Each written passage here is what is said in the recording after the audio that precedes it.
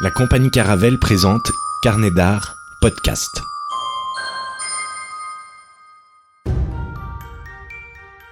Allô, ici Antoine Guillot. Ravi de vous retrouver, chers auditeurs, pour une saison 3 de Comment ça va le monde. Le principe, vous le connaissez, reste le même. Un invité, un axe de réflexion et des heures de discussion pour laisser place au développement de la pensée, pour se laisser guider par la frénésie des expériences, des connaissances et des analyses.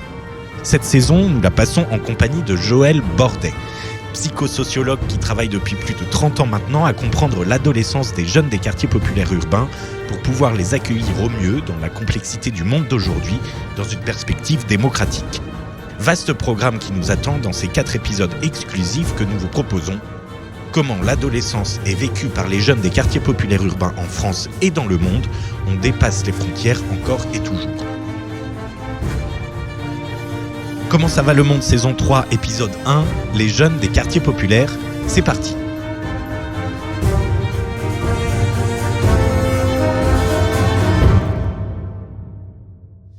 Joël Bordet, merci beaucoup d'être d'être au micro de Carnet d'art podcast. Alors, je me suis pas risqué dans cette introduction de te présenter, puisque je pourrais pas faire une liste exhaustive de tout ce que tu es, de tout ce que tu fais depuis des décennies maintenant.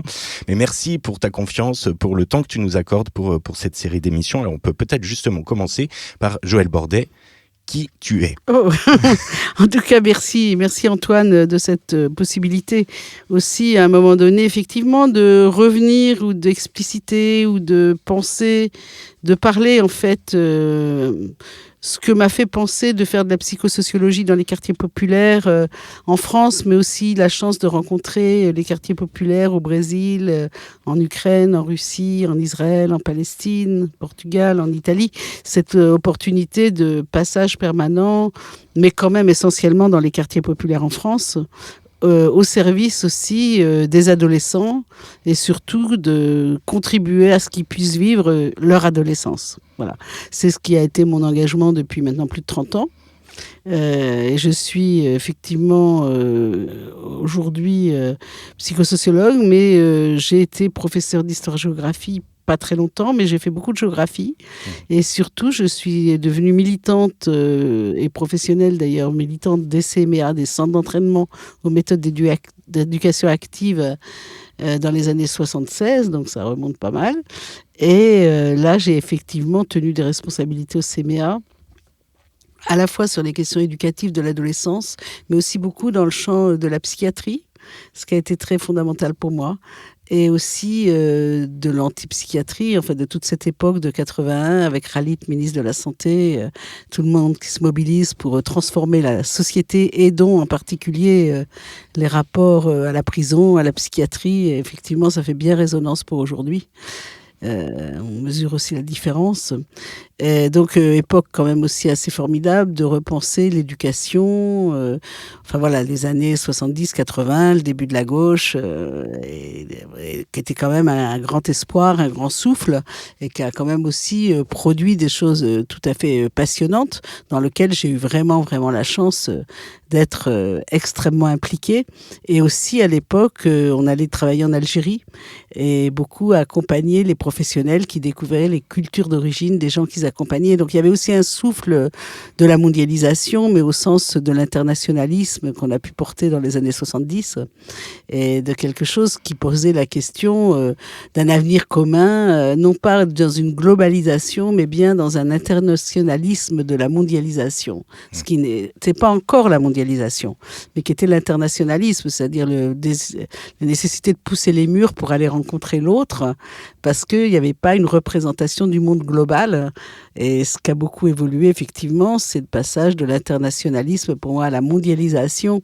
La mondialisation, c'était encore la question des autres et du monde, et qui a été pour moi, et je reste toujours d'ailleurs sur ces circulations dans la mondialisation, mais on a affaire aujourd'hui à la globalisation, et la globalisation, c'est quand même quelque chose qui, pour moi, est assez effrayant quand même, ce qui serait quelque chose qui, j'allais dire, globalise au sens d'uniformiser et de nier en fait des cultures différenciées, la complexité du monde, pour en faire un objet aussi très capitaliste, c'est-à-dire aussi très maîtrisé par la finance.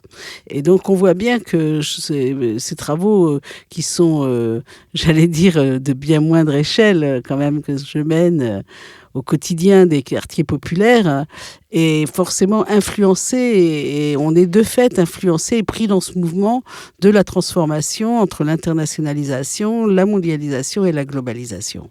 Et que c'est tout l'intérêt d'avoir travaillé dans un centre scientifique, parce que j'ai quitté les CMA, je suis devenue psychosociologue en faisant mes études à Nanterre avec Jean Dubost, qui a vraiment travaillé sur l'intervention en milieu ouvert, donc vraiment la question de l'intervention, ça m'a ouvert au monde. En fait, quitter les CMA, que j'aime toujours beaucoup, parce que c'est un grand mouvement d'éducation nouvelle, je pense que d'avoir pu, moi, quitter les CMA, ça m'a ouvert au monde, parce que j'avais besoin de cette ouverture, et que la psychosociologie, ça a été ma façon à moi d'être passeur du monde, mais en même temps de m'ouvrir au monde et de circuler dans le monde.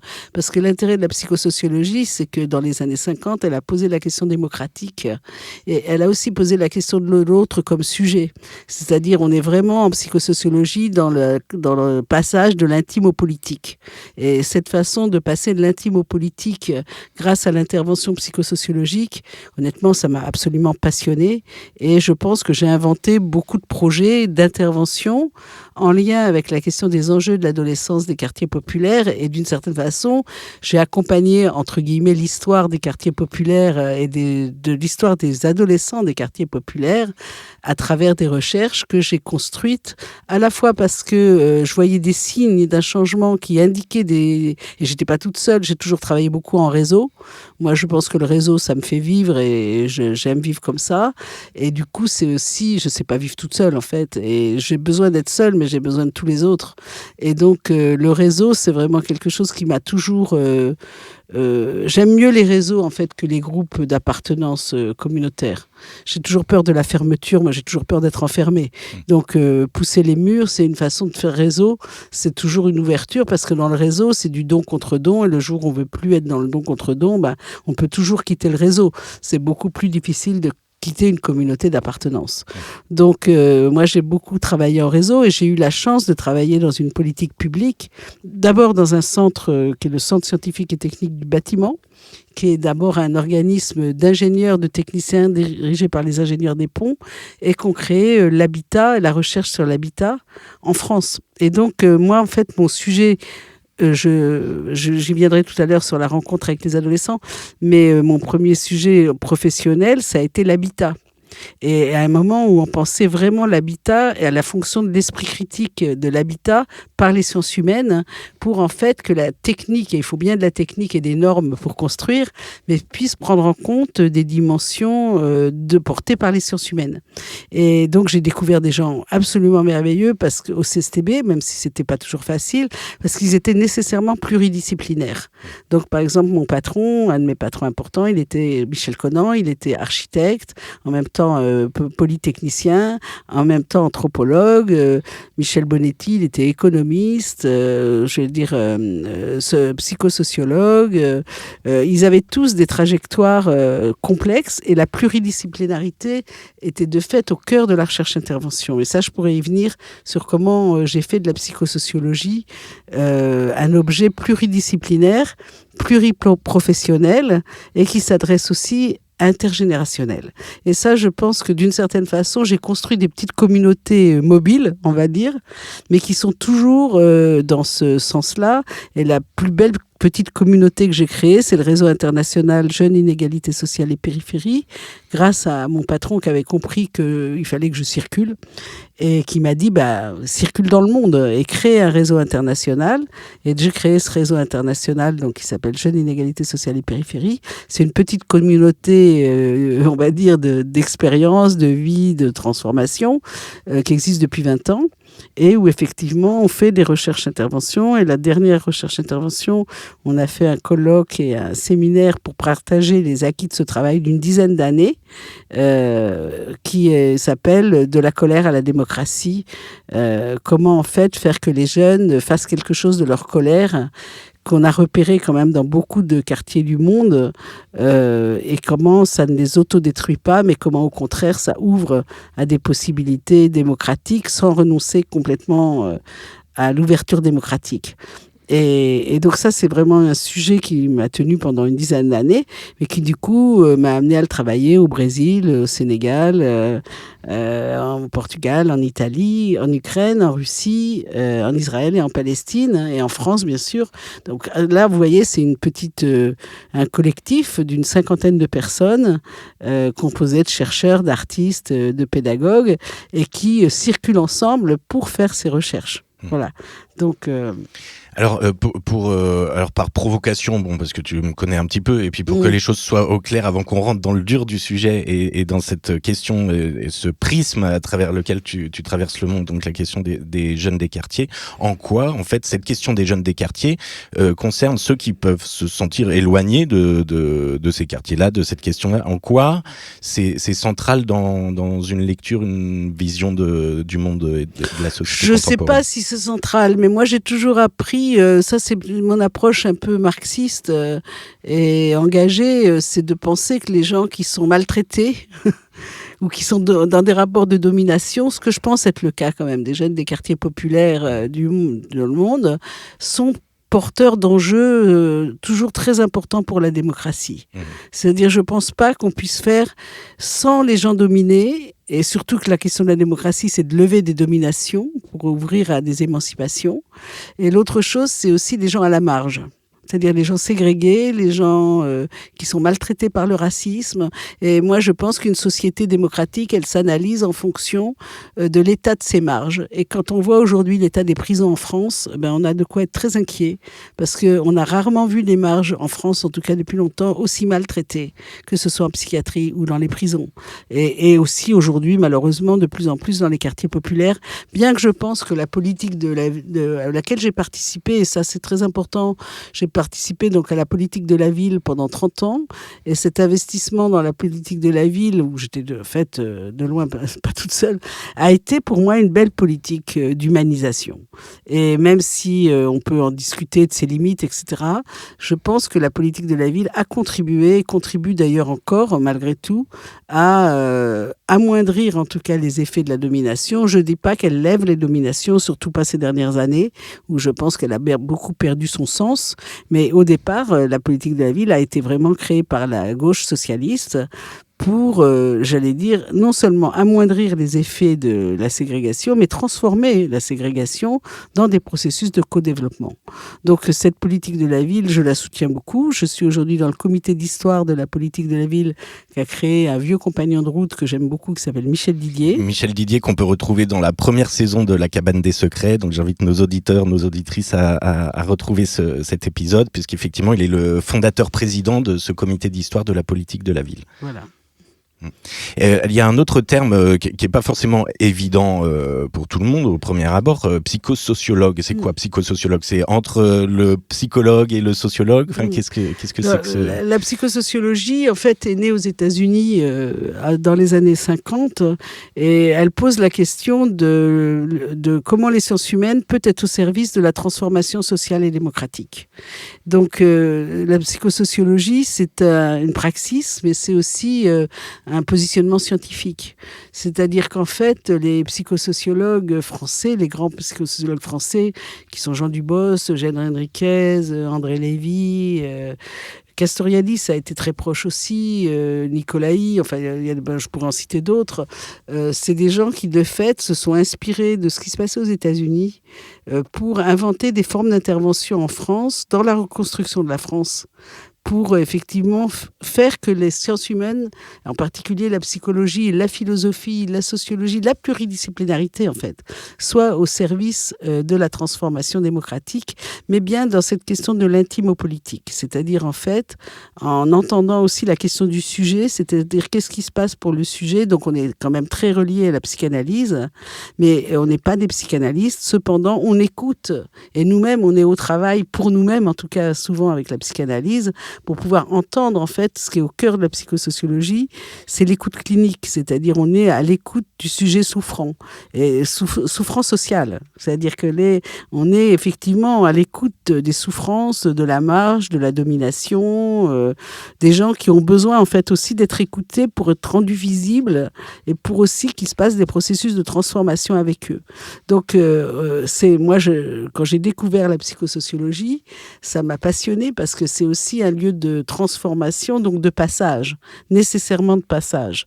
Et on a un groupe qui s'appelle le CIRFIP, qui est en fait une association de psychosociologues, et on voit bien qu'il y a aussi une dimension que j'aime beaucoup dans la psychosociologie, c'est que c'est une posture de travail, mais après, j'allais dire, chacun invente aussi un peu sa façon d'être psychosociologue en fonction de sa personnalité. Et on est un peu des artistes de ce point de vue-là, je trouve, c'est-à-dire que sur une posture commune, quand même avec des valeurs auxquelles on tient, mais pas seulement, aussi des concepts, aussi par exemple, l'observation participante est au cœur de mon métier. D'autres psychosociologues sont très très spécialistes des dynamiques de groupe. Moi, je les utilise, j'ai fait beaucoup de psychodrames, de dynamiques de groupe, mais je ne peux pas dire que je fasse travailler aux gens la dynamique de groupe.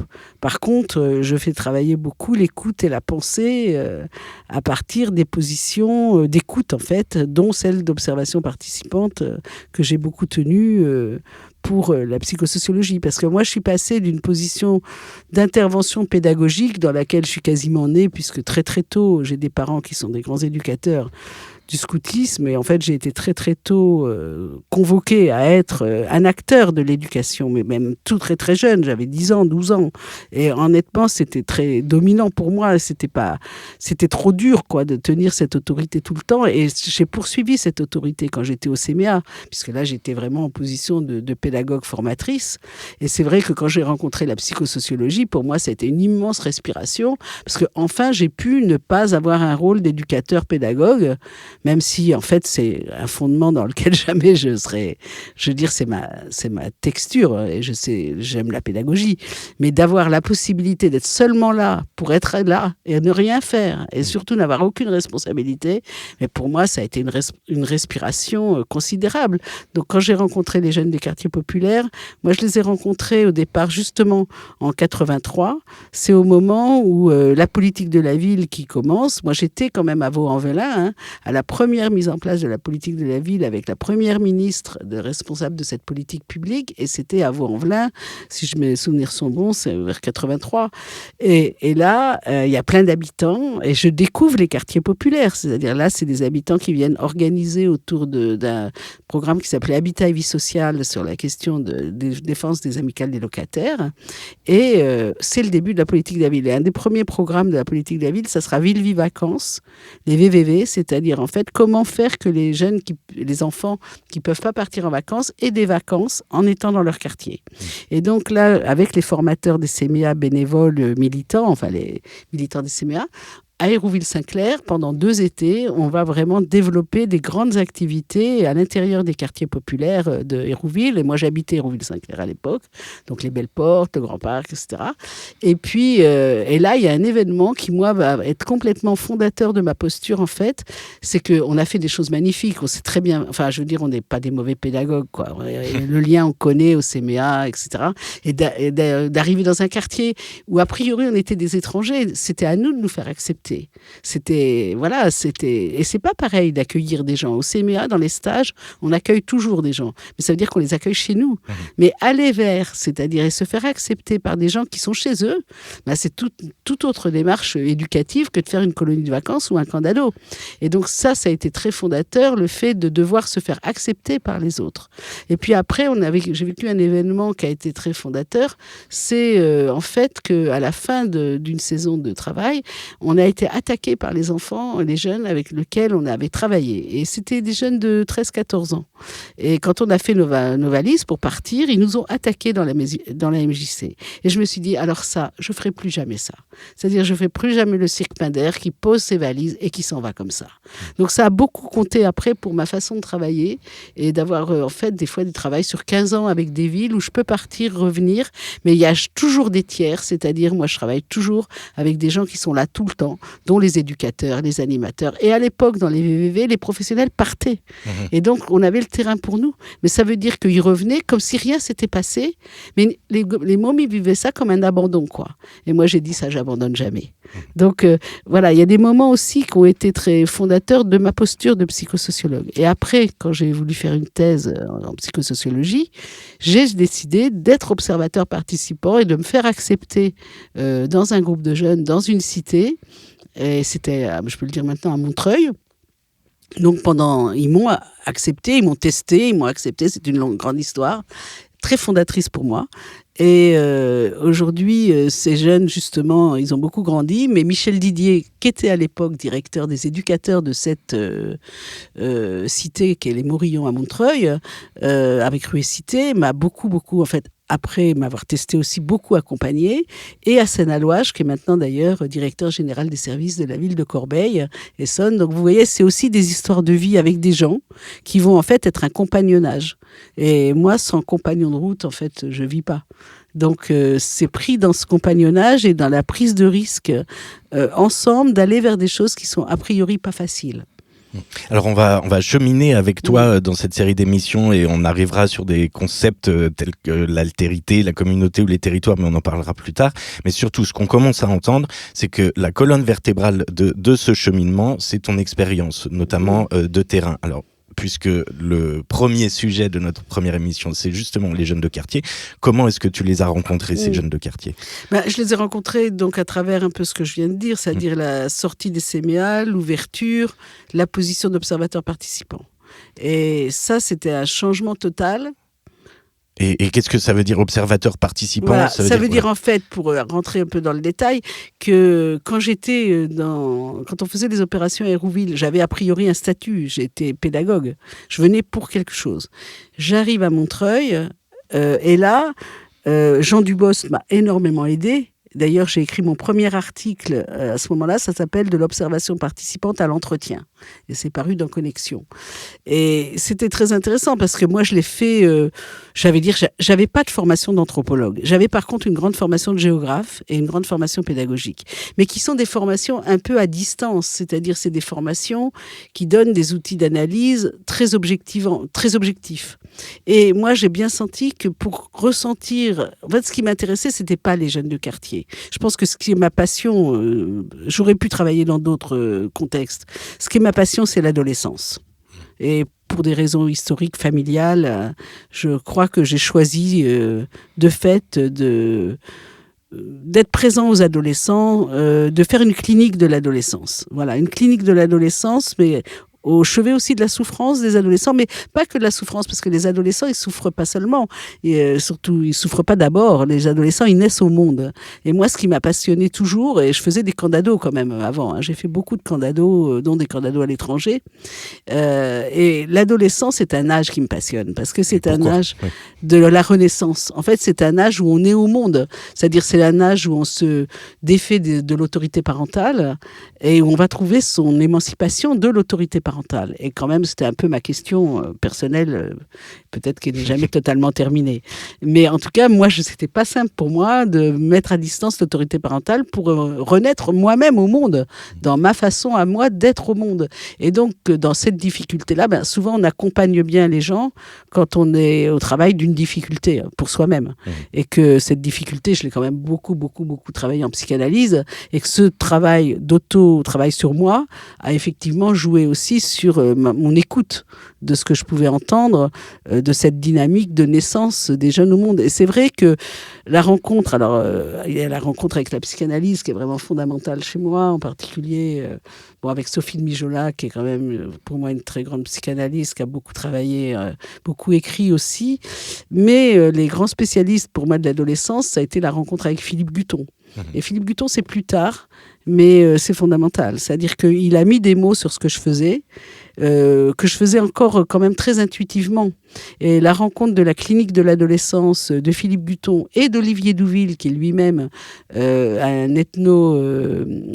psychanalyste, en fait, mes travaux, il y a des choses que j'ai fait intuitivement. C'est-à-dire, moi, je savais une chose, c'est que je voulais être acceptée par des jeunes sans être pédagogue et uniquement pour moi-même. Voilà, uniquement pour moi-même, mais venant pour l'université. Alors, ce qui est rigolo, c'est que donc j'ai été... la cité, moi, j'avais formé les animateurs de la région parisienne en étant au séminaire. Ils faisaient des DEA, pas des DEA, des DEFA, des diplômes d'animateurs, et j'étais leur formatrice, en fait. Et j'avais beaucoup sympathisé avec certains animateurs de la région parisienne, dont Hassen Alouache, qui était à l'époque directeur de la jeunesse à Montreuil. Et quand je suis arrivée à Paris, je voulais absolument être à Paris parce que j'avais bien compris que c'était quand même un terrain de jeu assez formidable. Et je faisais mes études à Paris. Et moi, j'étais fascinée aussi et passionnée par le fait que Paris, c'est immense et que je savais très, très bien que là-dedans, j'allais trouver des terrains de jeu, des circulations que je ne trouvais pas à Caen de la même façon, en fait. Et puis, j'allais devenir anonyme, j'allais plus être un leader, en fait, reconnu, quoi. Et ça, pour moi, c'était important de devenir plus anonyme. Après, je dis pas que, évidemment, je suis redevenu leader autrement, mais pas de la même façon. Et du coup, c'est Hassen, qui était donc directeur de la jeunesse, qui a choisi ma cité. Et ça, c'est pas rien parce qu'il a aussi accepté de me suivre. Et d'une certaine façon, c'est mon passeur. Et moi, j'ai toujours eu dans des terrains que je ne connais pas. Moi, je ne suis pas issue des quartiers populaires. Je ne suis pas issue de l'immigration. Je suis issue d'une famille d'instituteurs qui a une toute autre histoire sur des militants de l'éducation. Et une histoire aussi difficile, mais pas celle-là. Mais je n'ai rien à voir avec les héritiers de l'immigration, comme on dit. Donc, par contre...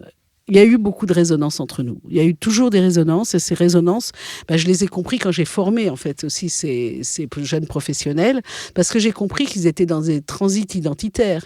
Ils étaient nécessairement, dans leur génération aussi, issus de la guerre d'Algérie, des parents qui avaient vécu ça, l'arrivée des migrants. Et ça m'a passionnée, parce que je trouvais aussi que dans l'époque historique qu'on vivait, le défi démocratique de l'accueil de toutes ces populations en migration populaire qui faisaient la France, qui étaient les travailleurs de la France, que j'ai rencontrés aussi parce que j'étais militante politique, ça je peux le dire. Et du coup, en étant militante politique, j'ai été dans les usines, j'ai découvert l'hôpital psychiatrique, j'ai découvert surtout le monde ouvrier. Et ça, je ne connaissais pas. Et donc, c'est vrai que ce fait d'avoir été militante politique dans les années 75, comme beaucoup, m'a permis aussi d'ouvrir déjà des mondes que je ne connaissais pas. Et quand j'ai rencontré ces jeunes qui étaient, en fait, dont les parents étaient ouvriers, j'ai retrouvé quelque chose qui me passionnait. Et donc, c'est vrai que Hassen, c'est lui qui a choisi ma cité. Et c'est vrai qu'il y a eu un contrat de confiance entre nous. Et surtout, j'ai fait un truc, d'ailleurs, dont je n'ai pas parlé dans la thèse. Et ça, je me dis quand même, c'est l'aspect normatif quand même de la thèse universitaire. J'ai quand même construit un groupe de travail qui va durer plusieurs années, des professionnels de Montreuil, pour traduire en fait ce que je vivais. Parce que moi, j'observais, je prenais des notes. Je pense qu'avec les outils de la géographie, j'ai fait énormément de cartes, je faisais des analyses et j'ai fait énormément d'observations pendant... D'abord, il a fallu que je me fasse accepter. Donc, pour aller très vite, j'ai été au départ... j'ai rencontré, grâce à une conseillère municipale, des jeunes, mais qui disaient tous, on n'est pas comme ceux-là. Ceux-là, c'était ceux qui fixaient la dalle et qui étaient vécus comme des délinquants. Bon. Et donc, je me suis dit, mais moi, ceux qui disent on n'est pas délinquants, c'est pas ceux qui m'intéressent. Moi, ce que je veux connaître, c'est ceux qui fixent la dalle, en fait, et qui sont au cœur de la domination. Donc, je me suis dit, faut que je me fasse accepter par eux.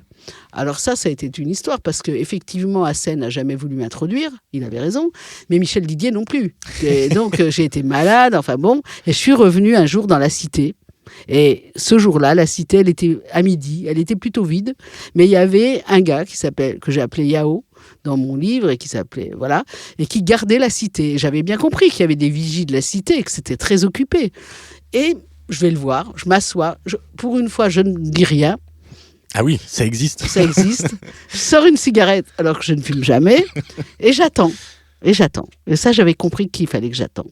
Et là, il vient me voir. C'est à lui de venir vers toi, parce que tu es chez lui. Enfin, ça rejoint ce que tu disais tout à l'heure. C'est exactement ça. Ouais. Et là, j'attends. Et là, il vient, il me dit, tire-toi d'ici. Ici, il n'y a que des étrangers, il n'y a rien à voir. Bon, puis je dis rien. puis j'attends. Et là, il me dit rien.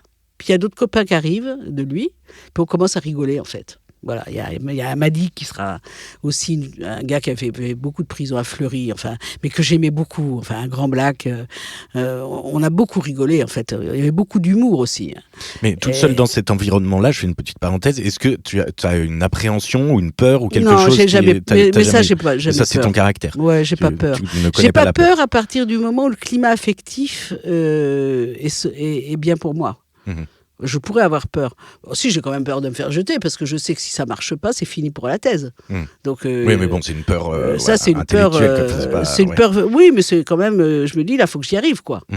Donc, c'est aussi la présence. C'est le type de présence que je vais avoir. Il y a un défi, quoi. Mais c'est intéressant. Du coup, comment tu pallies la peur par le climat affectif qui. Voilà. Ça, j'ai compris toujours en travaillant avec des ça, jeunes. C'est une vraie force que la première chose, démarche. C'est l'accueil. Oui. C'est le co-accueil. Si moi, je les accueille pas tels qu'ils sont et que j'ai pas envie d'être avec eux et que réellement ils m'intéressent pas et qu'ils me font pas rire et qu'ils m'éveillent pas, mais c'est pas la peine d'être là. Et on est aussi au cœur de quelque chose qui est essentiel pour toi, c'est l'analyse et du coup le non-jugement de faits.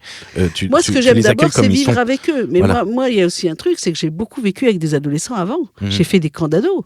J'ai fait des camps d'ados. C'est ton paysage depuis toujours. Depuis toujours. Ouais. Enfin, moi, je crois que j'ai jamais quitté l'adolescence, peut-être plein de points de vue. Ah, on peut le dire peut-être mais un en peu tout plus cas, il y a de une 70 partie. ans maintenant. Voilà, et comme dit Guton, l'adolescence, ça finit jamais. Derrière, quoi. Alors, Guton, il a très bien théorisé comment l'adolescence ne termine jamais. Et d'ailleurs, à 92 ans, franchement, il a des côtés adolescents. Donc, on s'entend très très bien là-dessus. Qui est le plus immature entre lui et toi? C'est pas une question d'immaturité, en fait, c'est une question d'émerveillement. Je pense que l'adolescence, c'est vraiment un moment où on prend le monde. Et la première chose de garantir avec les adolescents, c'est qu'ils aient le droit de prendre le monde en sécurité pour justement pouvoir le regarder. Qu'ils aient le droit de prendre le monde, mais que le monde ait le droit de les prendre aussi. Et est-ce qu'on n'est pas là au cœur, justement, quelque chose qui plane dans cette discussion depuis tout à l'heure, justement cette question de domination et d'aliénation? Est-ce qu'on peut rentrer un peu plus en détail sur, sur ce que tu mets derrière ça? Pour terminer cette histoire de comment je me suis fait accepter, parce que je crois que c'est important ce que tu dis sur le co-accueil. C'est-à-dire que s'il n'y a pas cet rapport de co-accueil, et à un moment... Donc, pour finir, je vais rester avec eux. Et je vais passer des mois avec eux, en fait, à rien faire. Voilà. Et alors, à fixer la dalle avec eux. Complètement, des heures. Je voulais même y rester la nuit très tard, mais là, Hassen m'a dit quand même c'était très dangereux, ce qui n'était pas faux. La nuit, on devient un peu autre chose que dans la journée. Mais tu as pu le voir quand même, ça. Oui, parce que je restais tard quand même. Et effectivement, comme Michel Didier m'a accepté, j'étais à 23h30 dans la cité. Donc, je restais aussi avec eux. Bon, mais ça, il faut tout le temps mesurer les limites aussi des territoires où on a le droit d'aller, parce qu'on est aussi une étrangère tout le temps, malgré tout. On ne devient jamais, moi je suis jamais devenue une jeune comme eux. Et alors après, ce qui a été intéressant, c'est deux choses. C'est d'une part que Yao donc m'a dit, j'avais dit aux autres, en fait, elle prend pas la tête, elle peut rester. Donc c'était lui qui a choisi, c'était celui qui avait l'autorité du passage. Et ça, je l'avais compris. Et ça, c'est Kurt Lewin qui a beaucoup écrit là-dessus, sur la notion de champ et les passeurs du champ. Donc aussi, en même temps, j'allais chercher des auteurs qui, en fait, m'aidaient aussi à construire ma position. Et Jean Dubost m'a beaucoup, beaucoup aidé à lire, à ouvrir, en fait, le champ théorique qui allait pouvoir asseoir ma position. C'était pas que de l'expérience comme ça, c'était aussi comment ça s'inscrit dans des champs théoriques des sciences humaines. Et donc, c'est l'époque où j'ai beaucoup lu l'ethnopsychiatrie, mais aussi Jeanne Favre-Saada, c'est-à-dire des anthropologues. Par exemple, Jeanne Favre-Saada, elle a fait sa thèse sur la sorcellerie dans le bocage normand. Et elle a été jusqu'à être ensorcelée. Donc, son bouquin qui s'appelle « Les mots, la mort, les sorts », et surtout son journal qui s'appelle « Corps pour corps », c'est extraordinaire. Moi, ça m'a aidé parce que je ne comprenais pas ce qui m'arrivait. Et puis, ça avait beaucoup d'effets sur moi, sur mon corps, sur mon côté affectif. C'était énorme, en fait. C'était une vraie transformation que j'ai vécue en étant seulement là, quoi. Et alors, elle en parle très, très bien. Il y en a un autre qui a été un auteur fondamental pour moi, c'est Georges Devereux, et qui est quand même le grand fondateur aussi de l'ethnopsychiatrie, et qui a écrit un bouquin qui m'a énormément fait travailler, qui s'appelle « De l'angoisse à la méthode ». Et parce que c'était angoissant, parce que c'était pas si simple de rester comme ça des heures et tout ça, et puis voilà. Donc il y avait heureusement pour moi deux points d'appui, c'était l'observation, Donc je faisais énormément. Alors je prenais pas des notes devant eux, jamais. Mais j'avais des moments où j'étais pas avec eux et où là, je reprenais tout en observation. Et donc ça veut dire que quand j'étais avec eux, j'étais comme j'intégrais tout, quoi. Voilà. Et après, je faisais des cartes, je faisais des observations, je reprenais vraiment les métiers d'anthropologue, en fait. Hein. Et donc ça a été fondamental.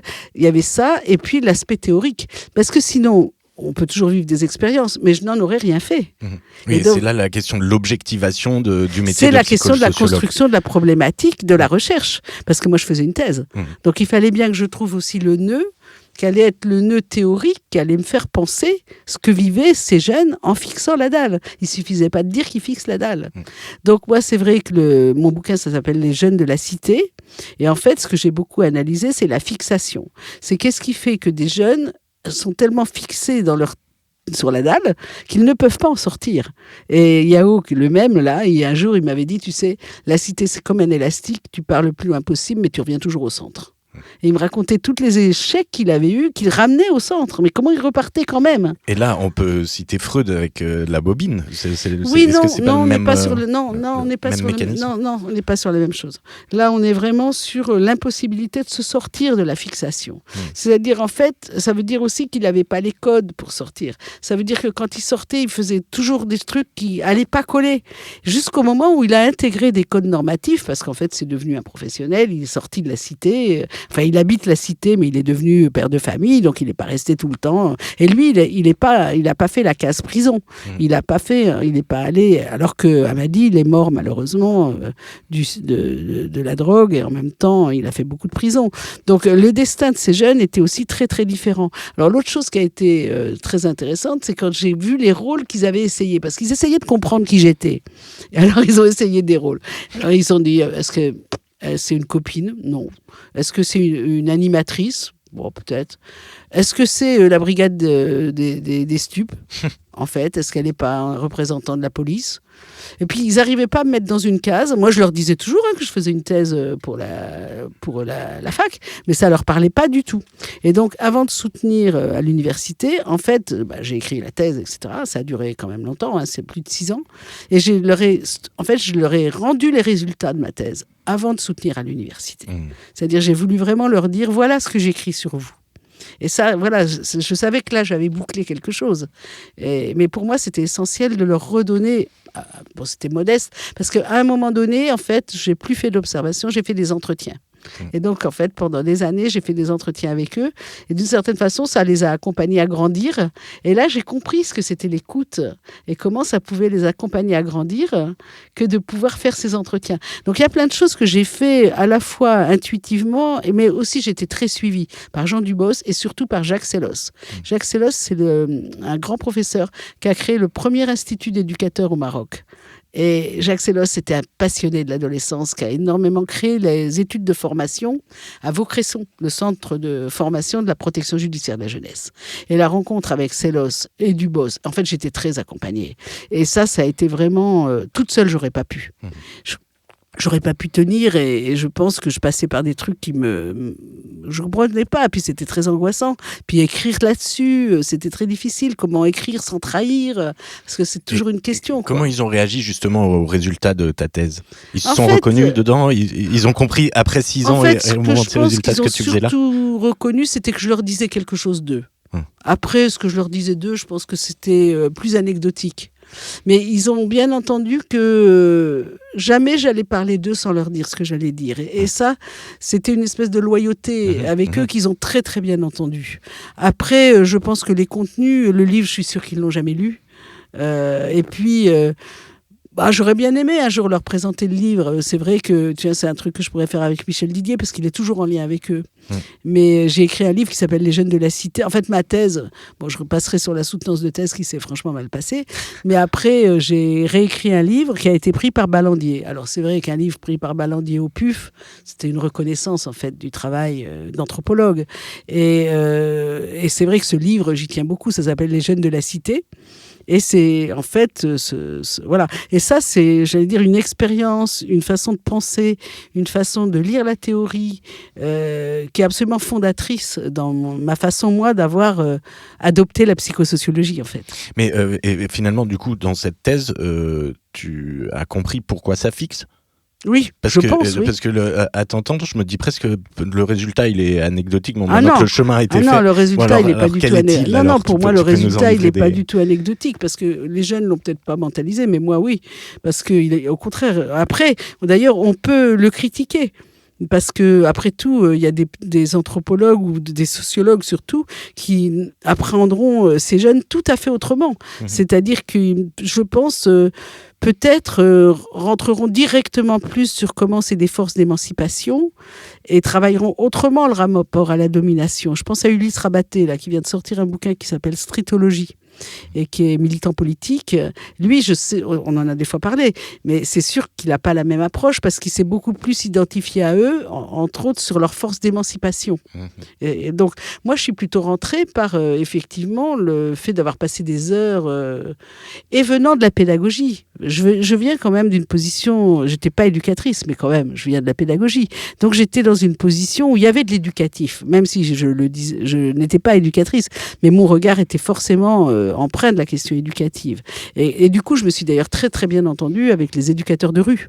Parce qu'en fait, les éducateurs de rue de prévention spécialisée, c'est ce qu'ils font au quotidien. C'est de se faire accepter par les jeunes. Et même s'ils sont éducateurs, s'ils ne sont pas acceptés par eux, il ne se passe rien. Puisque la prévention spécialisée, c'est quand même la libre adhésion et c'est quand même l'anonymat. Donc, il y a réellement, dans la position la plus proche des professionnels de celle que j'ai tenue, c'est l'éducateur de prévention spécialisée. Et de ce point de vue-là, moi, je n'étais pas une militante politique. Ulysse est beaucoup plus militant politique. Donc, selon en fait la façon dont on rencontre ces jeunes, on ne vit pas la même expérience, mais on ne théorise pas non plus de la même façon. Donc, c'est vrai que moi, je suis donc une géographe et je suis donc quand même passionnée par la question des territoires. Et la politique de la ville, c'est aussi une question des territoires. Et donc, c'est vrai que ce qui m'intéressait beaucoup, c'était quel rapport ils avaient au territoire. Et j'ai bien vu que c'était à la fois un territoire souvent pour ce groupe-là de jeunes, et c'est pas tous les jeunes des quartiers populaires, parce qu'à l'intérieur des jeunes des quartiers populaires, il y a des jeunes qui refusent le territoire et qui refusent de s'identifier au territoire. Et puis, il y a des jeunes qui circulent suffisamment là-dedans sans se fixer dans le territoire. Moi, ceux avec qui, pour ce moment-là, après, j'ai rencontré plein d'autres jeunes, justement, qui n'étaient pas fixés. Mais ceux-là, c'était, l'époque, c'était une fixation. Ça veut dire quoi ? Ça veut dire que c'est un lieu d'appartenance. C'est un lieu où réellement on est à sa façon en sécurité. C'est-à-dire, on n'a jamais affaire à l'anonymat. On est toujours connu. Et on s'inscrit dans une généalogie. Il y a une histoire généalogique des quartiers populaires, mais aussi des groupes de jeunes qui fixent les quartiers populaires. Et par exemple, pour comprendre les meurtres de jeunes aujourd'hui, il y a une forme de géographie, une histoire invisible des quartiers qui se joue dans le rapport généalogique des jeunes. J'ai fait ma thèse dans les années 86. Donc, les cités, effectivement, il n'y a pas que la drogue, mais il y a toute une économie parallèle pour pouvoir vivre. On ne vit pas que du travail ouvrier, il y a déjà beaucoup de chômage. C'est vrai, il y a beaucoup de chômage de jeunes depuis les années 70. Donc, il y a des jeunes aussi, ils vont quitter le système scolaire et de fait, même s'ils vont un peu à la mission locale, ils vont vivre de ces économies parallèles.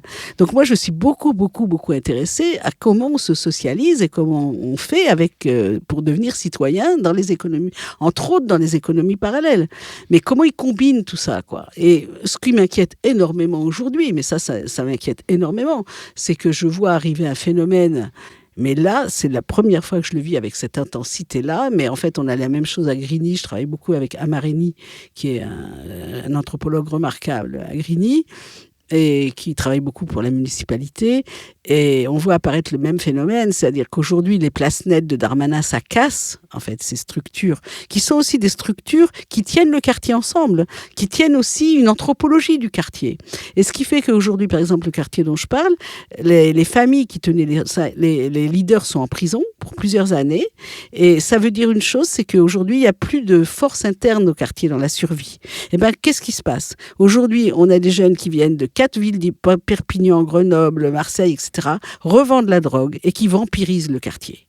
Et là, c'est terrible. C'est terrible parce que quand on vendait la drogue dans le quartier pour faire de l'accumulation primitive, on peut discuter de tout ça, mais ça donnait une certaine force aussi aux familles, aux Une quartiers. possibilité d'émancipation, justement. D'émancipation, je suis pas sûre, mais en tout cas une force de vie, force de vie où la vie, la mort étaient reliées. Là, quand on vient avec des gars qui viennent pour 3 mois, qui vampirisent le quartier, qui habitent dans des nourrices, ça veut dire qu'ils payent certaines familles, et que les habitants, ils sont dominés par ça, et ils emploient des jeunes de 14-15 ans comme guetteurs pour 3 mois, et après ils se tirent. Et après, c'est d'autres qui arrivent. Donc, on rentre dans toute autre histoire. Ça veut dire aussi qu'on a des jeunes aujourd'hui, parce que les jeunes avec qui je travaillais, ils étaient très habitants de la cité. Ils tenaient à leur cité. Et ils donnaient dans la cité. Ils donnaient aussi, ils donnaient de l'activité. Ils étaient à la fois des sportifs, ils étaient pas que dans l'économie parallèle. Ils étaient citoyens de leur cité, Ils étaient habitants. Citoyens, je ne pense pas. De leur cité. Citoyens, c'est autre chose, parce que citoyen, ça veut dire qu'on se réfère quand même à la question de la citoyenneté. Ils étaient habitants. C'est-à-dire, ils étaient réellement, ils étaient habitants même fixés dans la cité. C'est-à-dire que en dehors de cet écosystème, ils étaient bien perdus quand même. Et que c'est vrai que intégrer des normes de l'emploi qui sont devenues de plus en plus normatives, de plus en plus à distance, c'était difficile. Alors, le boulot des éducateurs, ça a été beaucoup de les accompagner là-dedans. C'était effectivement de pouvoir. Moi, je pense quand même que les économies de fixation dans les quartiers sont des économies de domination. Parce que, en fait, évidemment, ceux qui vendent, même ceux-là, c'est pas eux qui sont les distributeurs. Les distributeurs, c'est ceux qui distribuent la drogue pour la vendre dans les quartiers. C'est ceux-là qui ont le pouvoir. C'est pas ceux qui revendent. Même ceux-là qui ont fait leur capital primitif. Donc, ça veut dire qu'effectivement, cette revente-là, elle a une fonction aussi de domination sur eux. Donc, et moi, j'ai toujours pensé quand même que la fonction du travail et la possibilité d'accepter des normes du travail pouvaient quand même les sortir de cette fixation-là. Aujourd'hui, on est dans une situation compliquée parce que de fait, l'espace du travail, de fait, il s'éloigne beaucoup. Donc, il y a des jeunes pour lesquels ils sortent de l'école à 14-15 ans sans alternative et que de fait, ils vont s'inscrire dans ces systèmes-là. Alors, si en plus, on détruit, j'allais dire, cette force de survie collective, qu'on punit les familles, comme fait M. Darmanin. On a aujourd'hui des familles, je veux dire, après les révoltes de 2020, où des familles ont mis dehors leurs enfants de 18 ans, leurs jeunes de 18 ans, en disant « t'es en train de mettre en danger la famille, si je veux garder mon logement, tu t'en vas ». C'est-à-dire qu'on est en train de faire des jeunes, les Brésiliens, ils différencient les jeunes de la rue des jeunes dans la rue. Eh bien, on est en train de créer en France des jeunes de la rue. C'est-à-dire des jeunes qui appartiennent à la rue et qui n'appartiennent plus à leur famille. Et ça, c'est nouveau. Et c'est nouveau. Parce que tous les jeunes avec qui j'ai travaillé, ils le faisaient aussi pour leur famille. C'est-à-dire que réellement, les jeunes, ils sont très attachés et on l'a vu pendant le Covid, ils sont extrêmement attachés à la solidarité familiale. Ça, c'est une valeur extrêmement forte. Donc, quand des parents vont mettre des jeunes dehors, ça fait une rupture. Quand on met un bracelet électronique et qu'on interdit à des jeunes de rentrer dans leur quartier pendant des années, eh ben, ils vont survivre autrement. Et ils vont survivre effectivement en devenant des itinérants. Et là, on a des groupes complètement déterritorialisés, c'est-à-dire qui n'ont plus d'attache au territoire, mais aussi à leur famille. Et ça c'est moi ce que j'ai vu, c'est le début des gangs au Brésil. C'est-à-dire que où est-ce que se rejoue à ce moment-là l'appartenance ? Dans les prisons. C'est là que vont se constituer les gangs. Et moi, c'est vrai que je suis inquiète. Quand j'ai vu ça et que je vois ça se produire en ce moment, je me dis, mais là, on est en train de produire un phénomène et qui a à voir vraiment avec la criminalisation par la prison. Parce que c'est la prison qui va être le lieu du pouvoir. Et c'est ce qu'on vit en Amérique du Sud. Donc, parce que ça fait très longtemps que les professionnels et les gens avec qui je travaille en Amérique du Sud travaillent justement sur cette reliaison entre famille, économie parallèle, la question des géographies invisibles et la question des prisons.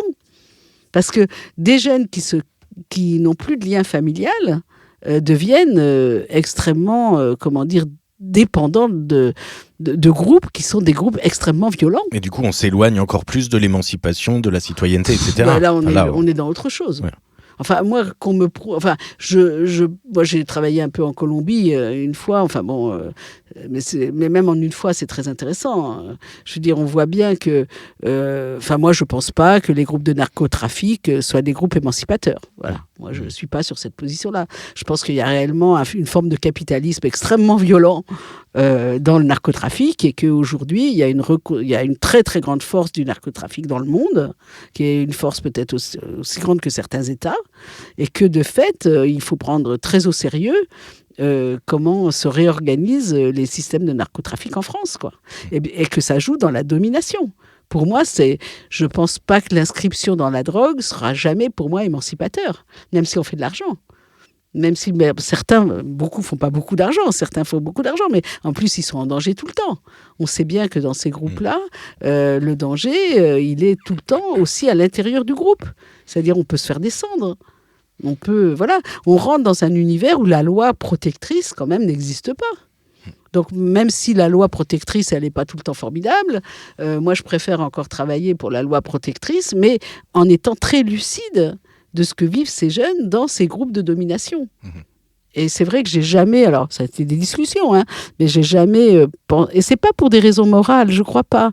J'ai beaucoup réfléchi là-dessus. Je crois pas que ce soit pour des raisons morales que je refuse la socialisation par la drogue. Je pense que c'est réellement parce que je pense, et j'ai observé, que ça met en danger. Et que ça aliène, quoi. Ça aliène parce qu'on devient, alors, ou dépendant d'un territoire, ou dépendant d'un système, de groupe. Mais ça veut dire aussi qu'une fois qu'on est lié à ça, on a des contrats. Enfin, c'est compliqué, quoi. C'est compliqué d'en sortir. Et en même temps, ce à quoi on peut travailler et ce qu'on peut souhaiter à cette jeunesse des quartiers, c'est d'arriver à sortir de ces quartiers et à péter cet élastique métaphorique qui les ramène à la dalle. Je dis bien, tous les jeunes ne sont pas dans ce lieu-là. Il y a plein de jeunes de quartier qui ne sont pas dans ces groupes-là. Non. Mais on entend du coup l'aliénation, la domination à ce système de drogue qui en fait est complètement avertueux. Mais on pourrait dire aussi que si l'objectif c'est de les amener à une citoyenneté, de les amener à un travail dans la société, dans le pays dans lequel ils vivent, etc. Marx, le premier, disait que le travail c'est l'aliénation, non ? Non, moi je pense pas que le travail ça soit l'aliénation d'abord. Je pense pas ça. Je pense que quand il y a un rapport clair entre le salaire, le travail... Après, il y a des rapports qui peuvent être des rapports d'inégalité. Mais l'aliénation au sens d'être privé d'être sujet, non, je ne le crois pas. Je pense que dans le monde ouvrier, les gens ont été très sujets. D'ailleurs, l'histoire ouvrière, c'est une histoire de dignité. C'est une histoire de combat, de dignité. Collective. Mais individuelle aussi, avec des gens qui, de fait, se sont retrouvés à être fiers d'être ouvriers. C'est plutôt difficile d'être fier d'être dealer. Alors, ça peut le devenir. Je veux dire, quand on est, je pense, aujourd'hui à Médellin, où le plus grand leader reconnu, c'est Pablo Escobar, avec le musée, ça pose question quand même. Ça pose question sur de quelle dignité on parle. Et donc, c'est vrai que cette question de... mais les phénomènes sont toujours très compliqués. Mais je pense quand même que le monde de la criminalisation, le monde de la prison, etc., produit rarement des citoyens libres. Voilà. Mais par contre, le travail, non. Je pense que le travail peut être tout à fait une source d'émancipation. Donc ton objectif en travaillant dans les cités, en travaillant avec ces jeunes des quartiers, c'est quand même cet objectif d'émancipation, de leur ouvrir la fenêtre, la porte à cette émancipation. C'est à la fois de la protection, c'est-à-dire de travailler vraiment le plus possible à ce qu'ils ne se détruisent pas et ce qu'ils ne soient pas détruits.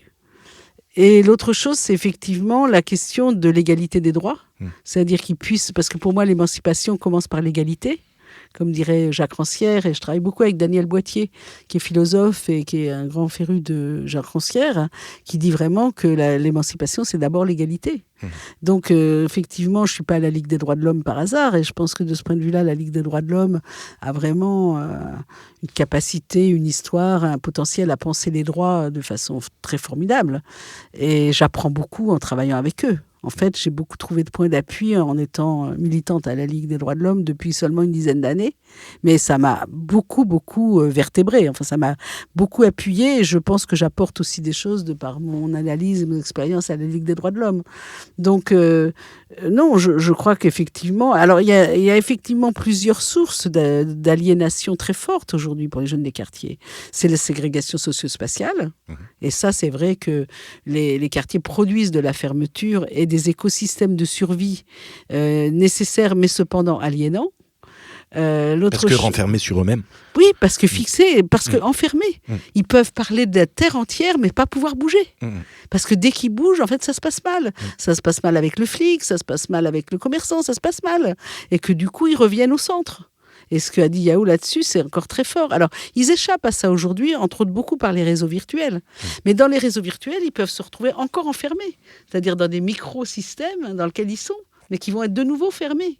Donc cette question, c'est vrai, qui m'a toujours marqué de la fermeture-ouverture, elle est au cœur, effectivement, de ce qui fait mon implication pour eux.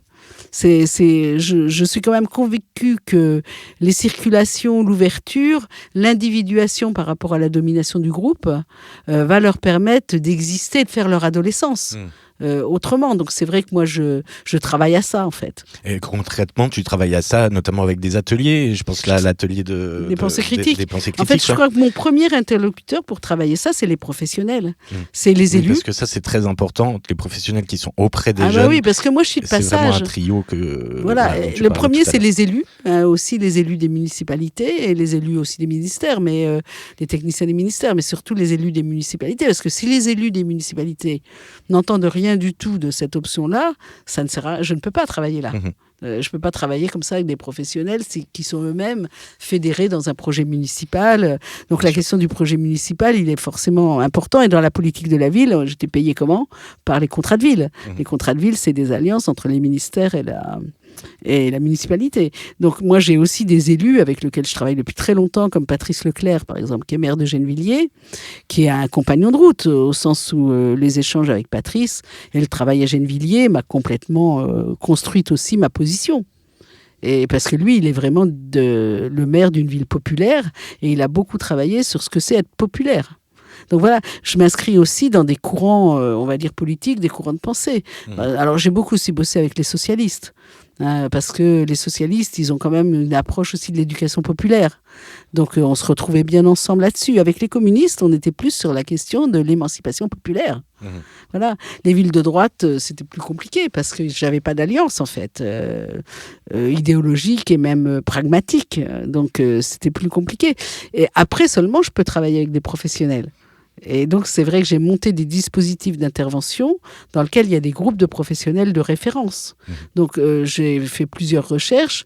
Je pourrais parler surtout, par exemple, de la recherche qui s'appelle... Au moment où les jeunes partent à Daesh, en fait, je travaille beaucoup à Strasbourg depuis 25 ans. Et Strasbourg, c'est le Concordat. Donc là, ils travaillent ensemble, les éducateurs, l'imam, le curé, etc. Et la première fois que j'ai fait rencontrer l'imam, qui s'appelle Saliou Faye, qui est un type formidable, qui est en même temps animateur avec un DPGEP, c'est qui est imam en même temps, enfin, ça nulle part. Et c'est un type extraordinaire. Il est vraiment, il m'a beaucoup accueilli, quoi. Et un grand éducateur qui s'appelle Rudy Wagner, qui a créé la PAM dans le quartier de la Meneau à Strasbourg. Et la première fois que j'arrive à Strasbourg, je fais quand même une conférence dans l'église avec 125 habitants. Alors ça fait quand même drôle, quoi. Et puis, en fait, on est restés très proches. Et en 2014, oui, c'est ça. Il y a des jeunes, ils sont partis à Daesh, ils sont morts là-bas, et ils constituent un collectif d'une centaine d'habitants. Et là, du coup, Saliou m'appelle, il me dit, il faut que tu viennes, il faut qu'on discute ensemble avec les habitants, tout ça. Je dis, bon, d'accord. Je m'en vais à Strasbourg, et on discute ensemble, et là, Saliou me dit, mais il faudrait travailler sur l'esprit critique des jeunes. Et là, je me dis, mais ça, c'est pas idiot, parce qu'il y a un problème d'aliénation. Je veux dire, ils se font embarquer dans des trucs. Comment on peut faire qu'ils se fassent moins embarquer dans des trucs qui les convoquent presque à la mort, quoi. Et donc, là, je commence à faire le tour des villes avec qui j'ai un grand compagnonnage, quoi. Gennevilliers, Chirol, et ils me disent, non, écoute, Joël, ils vont pas être en plus déficitaires de l'esprit critique. Mais moi, je voulais faire ce travail-là, parce que je refusais en fait le paradigme de la radicalisation. Moi, j'avais dit au ministère, je ne veux pas travailler sur la radicalisation, sur une approche du risque, que tous ces jeunes deviennent, j'allais dire, des terroristes potentiels. Je refuse l'approche par le risque pour tous les jeunes des quartiers populaires. Par contre, je veux bien travailler cette question-là à la PJJ, parce qu'ils sont déjà quand même ailleurs, quoi. Oui. Voilà. Donc à la PJJ, j'ai accepté le travail sur le risque terroriste, directement, mais je ne l'ai pas accepté dans les quartiers populaires. Et à ce moment-là, j'ai proposé effectivement de faire un travail, de dire par contre, nous, on ne comprend pas ce qui se passe pour eux. On est dans un changement très important aussi avec l'approche virtuelle, donc l'arrivée des réseaux sociaux, du virtuel, comment on fait avec ça. Et j'ai dit, il faudrait les écouter, quoi. Il faudrait qu'on comprenne. Et donc, on a écouté 350 jeunes et dans ces différentes villes. Et on a écrit tout ce qu'il disait, c'est 2000 pages d'entretien. On a tout analysé et on a effectivement, le ministère a sorti une publication national qui s'appelle « Écouter les jeunes pour les accueillir dans la démocratie ».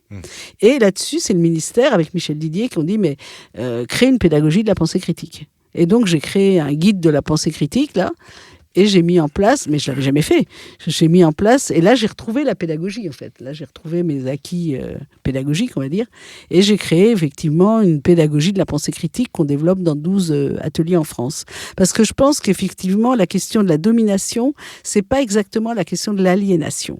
Et je pense que la domination, on a été vraiment dans des rapports de domination, dans ces rapports justement dans le travail, dans les rapports entre travail et économie parallèle. J'allais dire c'est le monde réel dans lequel j'ai travaillé pendant des années sur les processus de domination. Mais aujourd'hui, avec les réseaux sociaux, on est sur un phénomène qui, pour moi, est très proche de l'aliénation. C'est-à-dire, en fait, les jeunes construisent des représentations du monde qui peuvent être extrêmement aliénantes et qui ont une force considérable par les réseaux sociaux. Mais les mêmes réseaux sociaux, c'est aussi une force d'ouverture. Qui écrase du coup leur individualité, enfin l'aliénation, on entend ça derrière. Enfin, je pense qu'il les soumet à une pensée plus forte que la leur, et en fait, qui fait effet de vérité. Et qui fait effet comme un peu des produits sectaires. Quand qui même. Se substituent à leur représentation à leur du capacité monde, en fait. de penser. À leur capacité de penser. Et c'est vrai que je pense qu'ils ne sont pas toujours très bien armés pour ça. Alors, c'est vrai, sûrement d'autres mômes qui c'est peuvent ce que j'allais être... dire. C'est pas seulement pas les jeunes des forcément quartiers les jeunes des populaires. quartiers, ouais. Sauf que l'accès, on va dire, au tiers du livre, par exemple, le livre, il n'a pas la même place dans les milieux populaires des quartiers qu'il a dans les classes moyennes, sup. Voilà, il y a un tiers de la culture qui n'a pas la même place.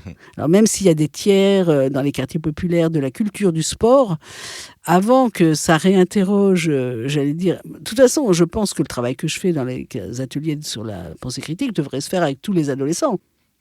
Et du coup, on peut décrire un petit peu ces ateliers si tu veux. de la pensée critique, en fait, tu reviens aussi à tes premières amours, que sont notamment la géographie. En fait, si je peux me permettre, c'est l'alliance entre la psychosociologie, la recherche psychosociologique et la pédagogie.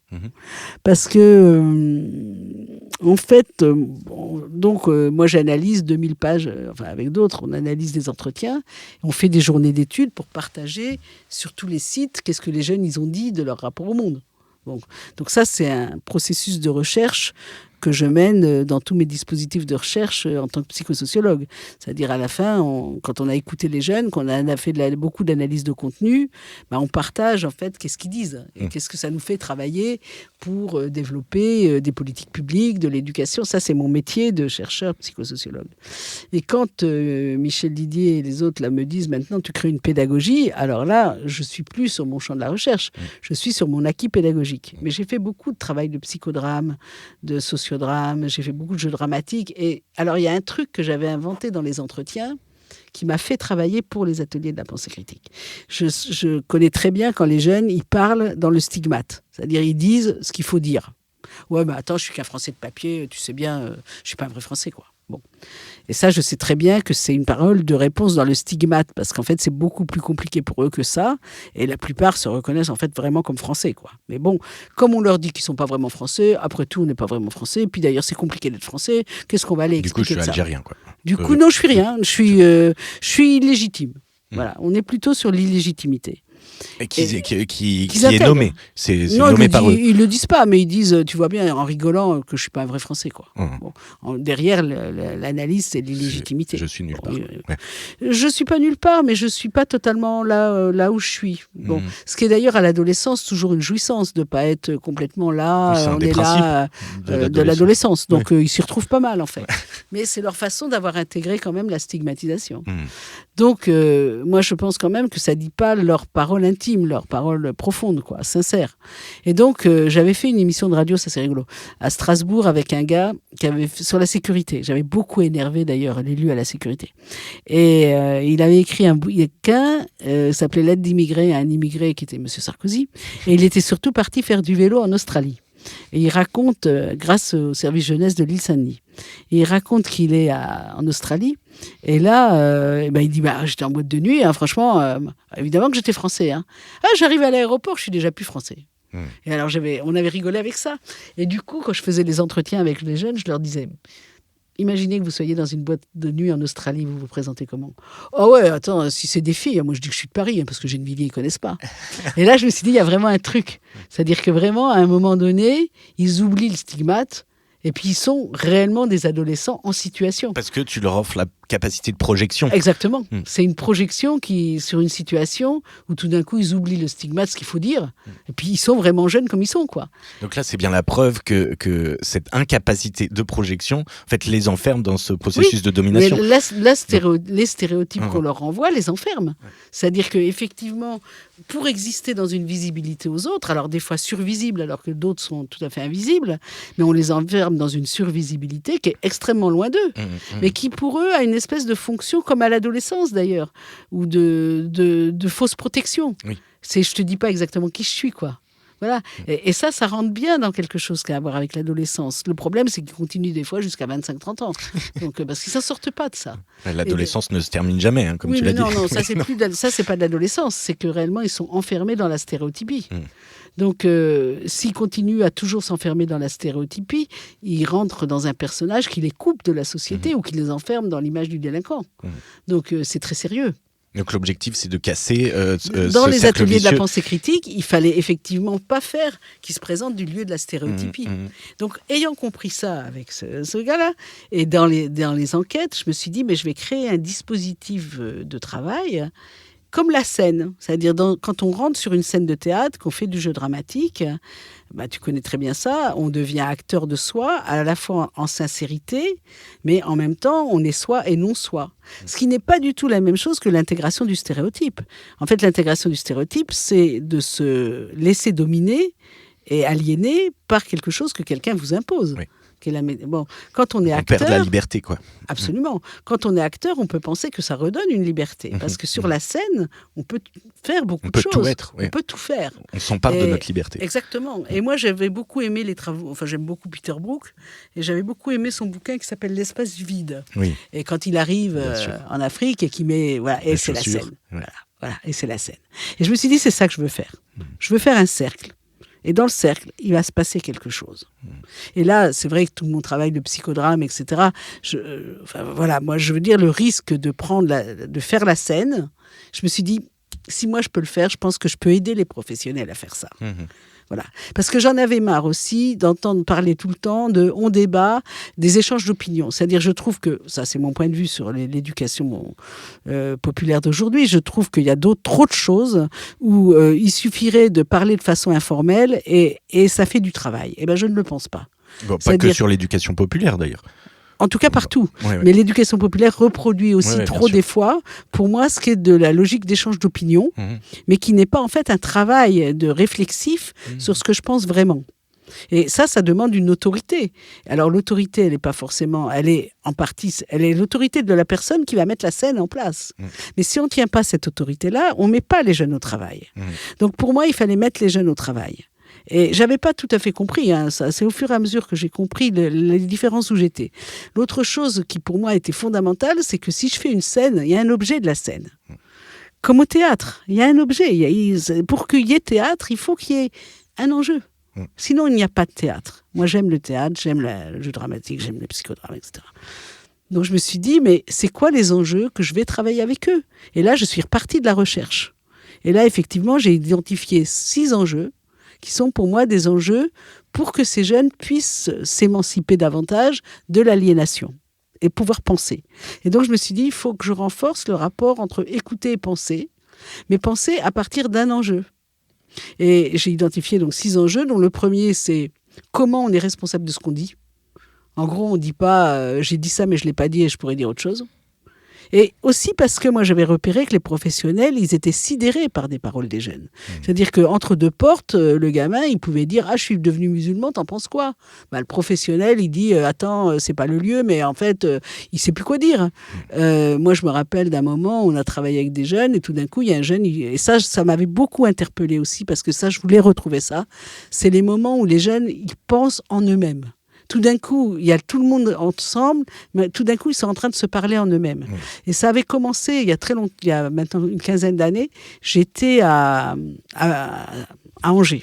Et je travaillais dans un quartier qui s'appelle Montplaisir, qui était franchement pas très plaisant, très triste à l'époque. Et puis c'était que des filles. Et puis on a passé au Maroc, tout ça, c'était essentiellement des communautés marocaines. Et tout d'un coup, il y a une gamine à côté de moi qui dit « Ah, mais de toute façon, tout ça n'est pas si grave. La prostituée, elle a volé un petit chien, elle a sauvé un petit chien, elle ira au paradis. » Là, je me dis, là, on est où ? Et évidemment, je ne fais pas comme si je n'ai pas entendu. Et ce que feraient quand même pas mal des fois les animateurs.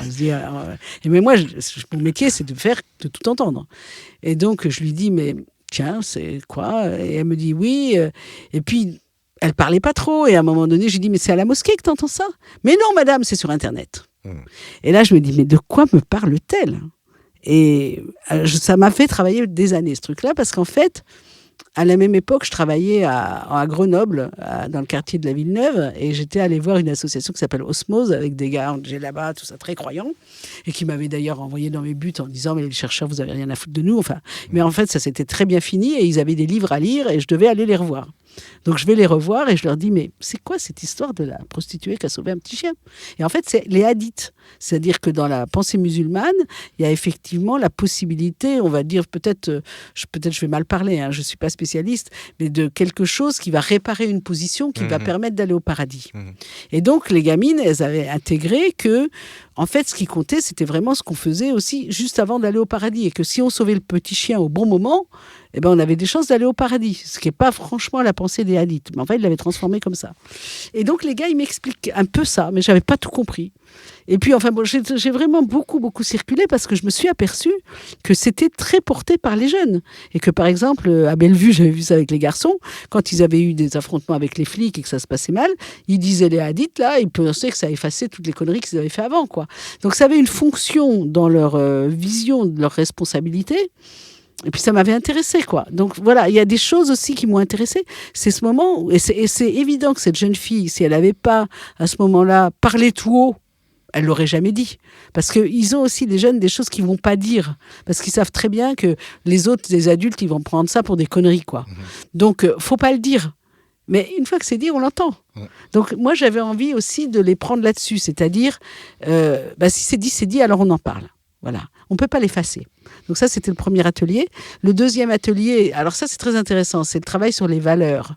Parce que moi, je connais bien, j'avais pas même participé d'ailleurs à la formation sur la mise en place des valeurs de la République. Mais moi, j'aime bien quand même les processus qui ne sont pas descendants, mais qui partent des jeunes. Donc, qu'est-ce qui fait valeur pour eux ?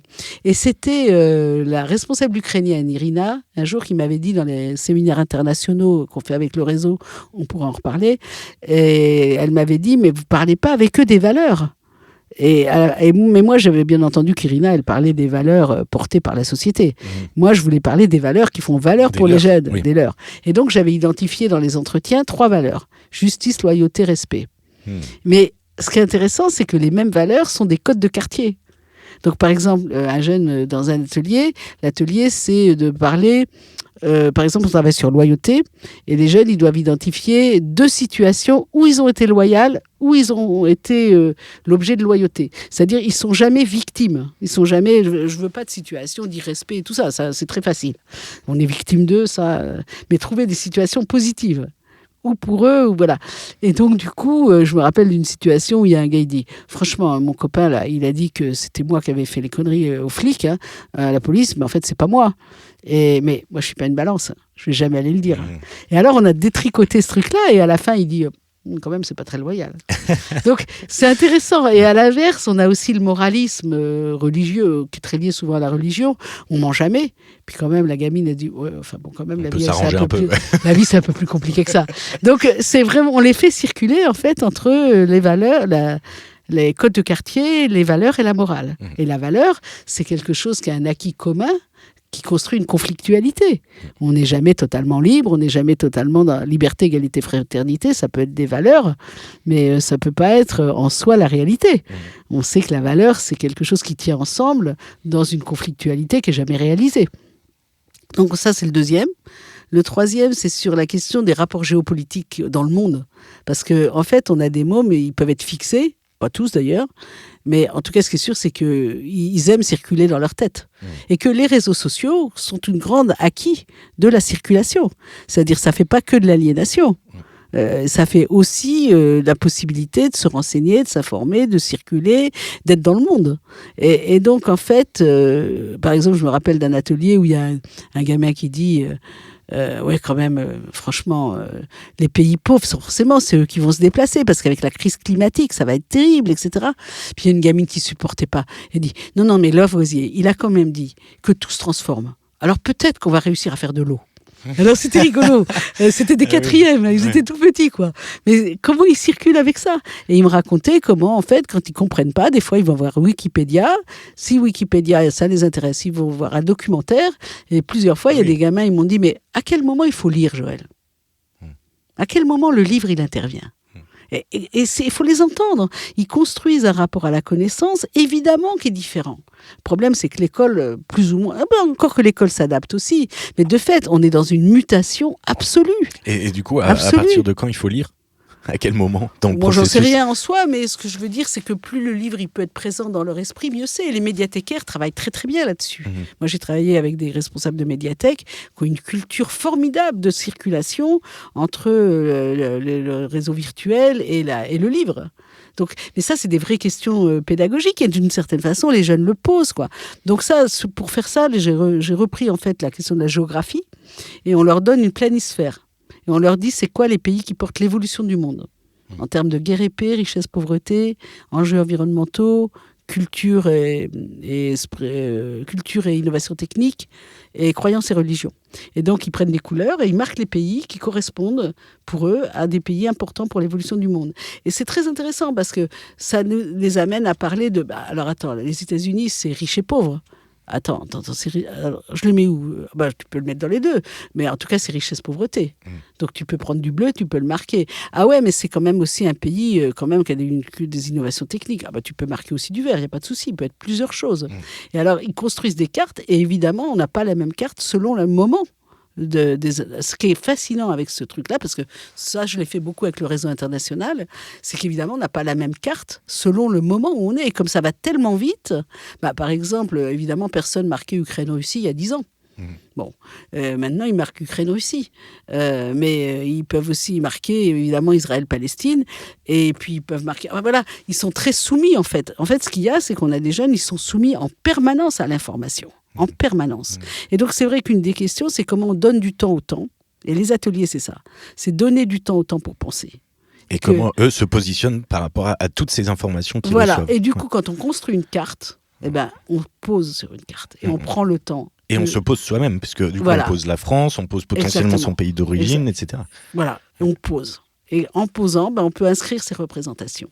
Parce que sinon, en fait, on n'a pas accès même à ces représentations. On est soumis dans une aliénation permanente au temps et au temps rapide de l'information. Donc, je pense que la carte, par exemple, il y a des outils comme ça, qui sont les outils projectifs, en fait, ça donne du temps au temps. Et ça permet justement de poser, et le corps pose. C'est-à-dire que réellement, ils sont posés. Et leur corps, c'est très rigolo. Par exemple, quand on a fait l'atelier, alors le premier atelier sur la responsabilité de la parole, on travaille sur la controverse. Et alors, je fais travailler les professionnels, parce que, en fait, je crée des groupes de professionnels que je vais former à ça. C'est-à-dire, c'est pas moi toute seule qui fais les ateliers. On fait ensemble les ateliers. D'abord, ils le font eux-mêmes. Après, ils expérimentent eux-mêmes. Après, on expérimente avec les jeunes. Et après, on analyse ce qui s'est passé. Et là, on est en train de faire un film qui passera sur France 3, je pense en avril prochain, avec Philippe Lasserie. Et donc, du coup, c'est très intéressant. Et donc, le premier sur la controverse, j'ai fait travailler les professionnels sur la controverse de Valladolid. Premier grand procès de l'histoire. Évidemment. Voilà, tu vois. Et alors là, c'est rigolo parce que, surtout, il faut le dire quand même, les animateurs d'Afrique subsaharienne, mais ils sont en état second. Parce que dès qu'on parle de la traite des Noirs, de l'esclavage, ça les remet dans des émotions énormes, en fait. Et c'est vrai que c'est le début de la traite des Noirs, c'est la controverse de Valladolid. Et donc, ils sont dans le grand procès de l'histoire. Et après, on choisit des petites situations, mais qui vont faire l'objet de controverses et qui vont être importantes. Par exemple, je me rappelle un atelier que j'ai fait, c'était dans un centre commercial à Rony 2, là, il y a un point écoute, et il y avait 12 jeunes, ils étaient tous sous main de justice. Ils arrivent ensemble, les éduques et tout ça, moi je ne les connaissais pas. Et la situation qu'avaient choisie les professionnels, c'était « t'entends du bruit dans ta cage d'escalier, tu montes ou tu montes pas ?» Et alors, ils ne choisissent pas. Il y en a 6 pour, 6 contre. Et puis il y en a un grand qui dit attends, ils sont trop faibles de l'autre côté, je vais passer de l'autre côté. Je me dis ah tiens, et je sais bien qu'il n'a pas la controverse dans la tête quoi. Et il a la battle dans la tête. Et il dit mais ils vont pas tenir quoi, ils sont trop faibles quoi. Je dis bah vas-y de l'autre côté, il y a pas de souci. Et puis là il dit lui il est dans les contre le fait de pas monter. Ouais, mais je monte pas chez moi. Non, attends, je vais pas monter. Moi j'ai bossé toute la journée, je suis fatigué, j'en ai rien à faire. Puis l'autre en face qui s'agitait et qui dit ah non, mais imagine, la dame, elle se fait trucider, hein, c'est toi qui es responsable. Et ils sont tout de suite dedans, quoi. Et à la fin, le même qui s'agitait là, ils vont tous passer sous ma justice, hein, ils vont passer en procès, individuellement. Et il dit, ah, c'était bien cet après-midi, madame, on a fait les avocats. C'est des grands moments. Ah bah oui. C'est des grands moments. Donc, les ateliers, c'est aussi ça. C'est la dignité de la pensée. Je suis plus beau dans le miroir. Je vais sortir plus beau de l'atelier que j'y suis rentré. Et ça, pour moi, c'est fondamental. C'est-à-dire, il va se passer quelque chose qui va de fait travailler à ce qu'ils soient encore plus beaux. Et l'adolescence, c'est quoi en fait c'est la question du narcissisme. Il y a un très beau bouquin d'Erikson qui s'appelle « La crise d'identité à l'adolescence » où Erikson, il dit comment, en fait, un des enjeux de l'adolescence, pour se déprendre du pulsionnel, c'est de se voir beau dans le miroir. C'est-à-dire, comment tu peux renoncer au pulsionnel et à la jouissance immédiate en étant plus beau dans le miroir. Voilà. C'est très beau, ça. Et ça s'appelle le moratoire psychosocial. Et c'est dans la crise d'identité à l'adolescence. Et donc, sur les axes des ateliers de la pensée critique, on n'en a pas encore 6, là. Non, on en a 3. Voilà. Alors, peut-être 5. Le 4e, c'est sur... Ah, ça, c'est un module aussi que j'aime beaucoup. Parce qu'on a vu dans les enquêtes à quel point ils avaient peur de l'existence et ils avaient peur d'exister. Et ça, je pense que c'est tous les adolescents. Le monde est extrêmement difficile. Ils arrivent dans un monde, franchement, se situer dans ce monde-là, c'est très difficile. Et ils ont peur pour eux, ils ont peur de leur existence. Et en particulier les jeunes des quartiers populaires, quand même. Parce qu'ils ont vraiment vécu des choses des fois très, très dures, quoi. Et ils se sentent aussi enfermés. Ils sentent bien qu'ils n'ont pas tous les outils pour circuler. Enfin, il y a quand même quelque chose. Et donc, en fait, on fait un travail sur un photolangage. Et la question, c'est qu'est-ce qui fait peur, qu'est-ce qui rassure. Donc, ils prennent une photo qui fait peur, une photo qui rassure. Et c'est très émouvant. Par exemple, là, j'étais à Corbeil avec un groupe que de jeunes filles, là. Et les jeunes filles, il y en a une, elle prend une photo, c'est une femme qui visiblement a été battue. Elle dit ça, moi je supporte pas, moi j'ai peur de ça. Et d'ailleurs, il y a des associations, on peut recourir là-dessus. Et moi je veux me battre là-dessus. Et les femmes, elles peuvent pas accepter ça. Et puis elle prend une autre photo, c'est des gens qui dansent dans le soleil couchant. Et elle dit un truc très émouvant. Elle dit, voyez, tous ces gens-là, ils ont l'air heureux. Peut-être que cette femme, elle en fait partie. Elle dit qu'elle est heureuse, mais en fait, elle n'est pas heureuse. Et là, c'est génial. C'est vraiment le rapport entre les deux photos. Et elle s'est fait une petite histoire de ça.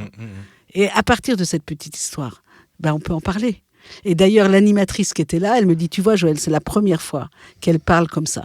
Parce que nous, on veut toujours les aider, donc on leur donne des aides, mais en fait, on les écoute pas. Et elle me dit, moi, j'ai envie de refaire une controverse maintenant. Et on discute, et je lui dis, tiens, la controverse, on pourrait faire un truc du genre, tu as des signaux qu'il y a de la violence dans la famille, tu pousses ou tu pousses pas, tu vas voir ou tu vas pas voir. Et ça, on va faire la controverse en septembre. Donc c'est aussi... tu me donneras des nouvelles. Hein. Voilà. Donc c'est aussi des processus que prennent les professionnels. Et plusieurs fois, ils me disent, ah, tu sais, Joël, on a refait une controverse. Parce qu'il y avait ça, ça et ça. C'est un vrai outil très, très concret, quoi. Voilà, c'est des scènes qui peuvent reprendre. Et le dernier module, il est sur la déconstruction des stéréotypes. Et là, c'est très inspiré de la pédagogie qu'on fait avec Coexiste, qui est une association que j'ai fondée, mais surtout que j'ai animée avec Judith Cohen-Solal depuis maintenant 20 ans, qui a été créée par l'Union des étudiants juifs de France et qui maintenant est animée avec SOS Racisme. Et donc là, c'est des jeunes médiateurs qui vont dans les classes et qui font une pédagogie de déconstruction des stéréotypes. Et là, on donne des listes de mots qui sont l'objet de stéréotypes, comme juif, noir, homme, femme. Et en fait, on associe tous les mots qui viennent. Voilà. Et après, on déconstruit. Noir danseur. Mais pourquoi les noirs, ils seraient toujours danseurs ? D'où ça vient, ça ? Tu vois, et les juifs, ils ont toujours l'argent. Mais pourquoi ils ont toujours l'argent ? Qu'est-ce que c'est que ce truc ? Et puis les arabes, là, ils sont toujours voleurs. Mais c'est quoi ce truc ? Donc ça permet de déconstruire et donc ça, c'est très intéressant. Donc c'est 5 modules Alors, ce qu'on fait là dans les formations expérimentation, c'est qu'on le fait dans des endroits différents et on développe ce que j'appelle l'hospitalité éducative. C'est-à-dire qu'on s'invite les uns les autres. Voilà, c'est modeste, hein, mais on l'a fait quand même dans 12 villes de France avec Sarah Elly, qui est elle-même comédienne, psychosociologue, et Serge Genel, qui est lui-même comédien et psychologue. C'est vrai que moi, je voulais travailler avec des comédiens. Parce que je savais bien que pour tenir il faut faire vivre la scène aux professionnels. Et ça, c'est pas facile. Parce que ça change toute l'autorité. C'est-à-dire, l'autorité, elle n'est pas verticale, elle n'est pas descendante. C'est la scène qui fait autorité. Mais la scène, il faut bien un metteur en scène.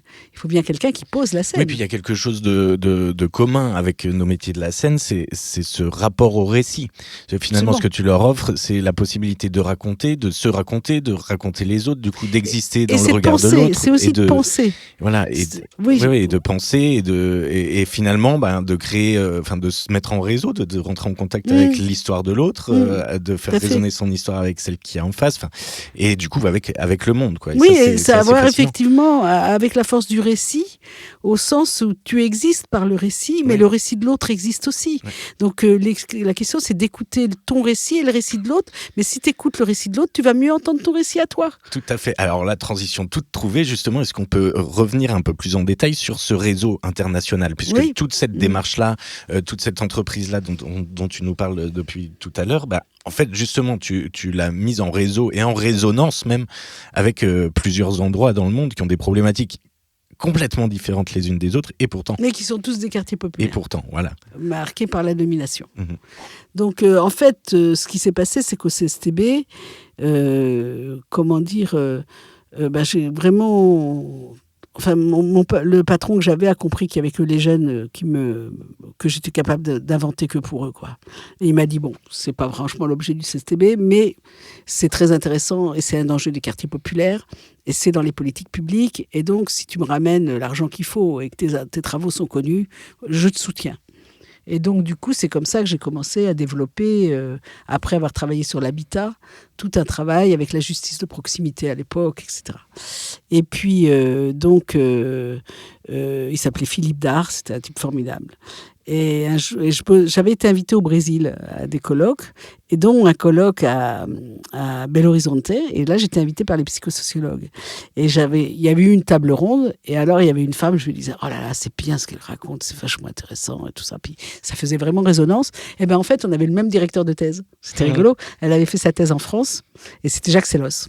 C'était notre père spirituel, on va dire, en tout cas d'inspiration. Et Fatima Sutzbrak, c'est une grande amie, je l'aime beaucoup. Et du coup, on a dit, on travaille ensemble, quoi. Donc, on a commencé à faire des projets. Et puis, à la même époque, je travaillais depuis 1994 en Russie. Parce que donc, moi, j'ai travaillé au CMA et j'étais restée très reliée à des gens des CMA, dont Michel Duterte, qui était un grand copain, qui était responsable des activités internationales au CMA, avec qui j'avais travaillé en Algérie, et qui me dit, écoute, on commence à travailler en Russie, ça serait bien que tu viennes avec nous, c'est 1994. Et donc, ils étaient allés à un colloque d'éducation nouvelle en Russie. Et ça, c'était quand même pas rien, hein. L'ouverture, là. Et c'était, l'ouverture, là, on sort de l'URSS, c'est vraiment une nouvelle en reconstruction. Dans le post-soviétisme. Et là, grande colloque, et les CMA vont au colloque, dont Pierre Trédez, Michel Duterte. Et là, ils rencontrent Serge Motchanov, Vadim, je ne sais plus son nom, et Zagira, qui est une directrice d'école. Ils sont tous de Tcheliabinsk. Et Zagira, qui est directrice de l'école 48, c'est une école à dominante française, créée par le numéro 2 de Tito, responsable de la jeunesse, sur la base des pédagogies de Makarenko. C'est passionnant. Et donc, Zagira dit à mes copains, écoutez, si vous voulez vraiment savoir ce que c'est, vous avez qu'à venir. Et eux, ils prennent le transsibérien l'hiver d'après, là, juste après, à Noël, et les voilà partis à Tcheliabinsk. Et on va commencer une coopération qui va durer plus de 25 ans. Et donc là, tu es vraiment au fin fond de la Russie. Je suis à 3500 km de Moscou.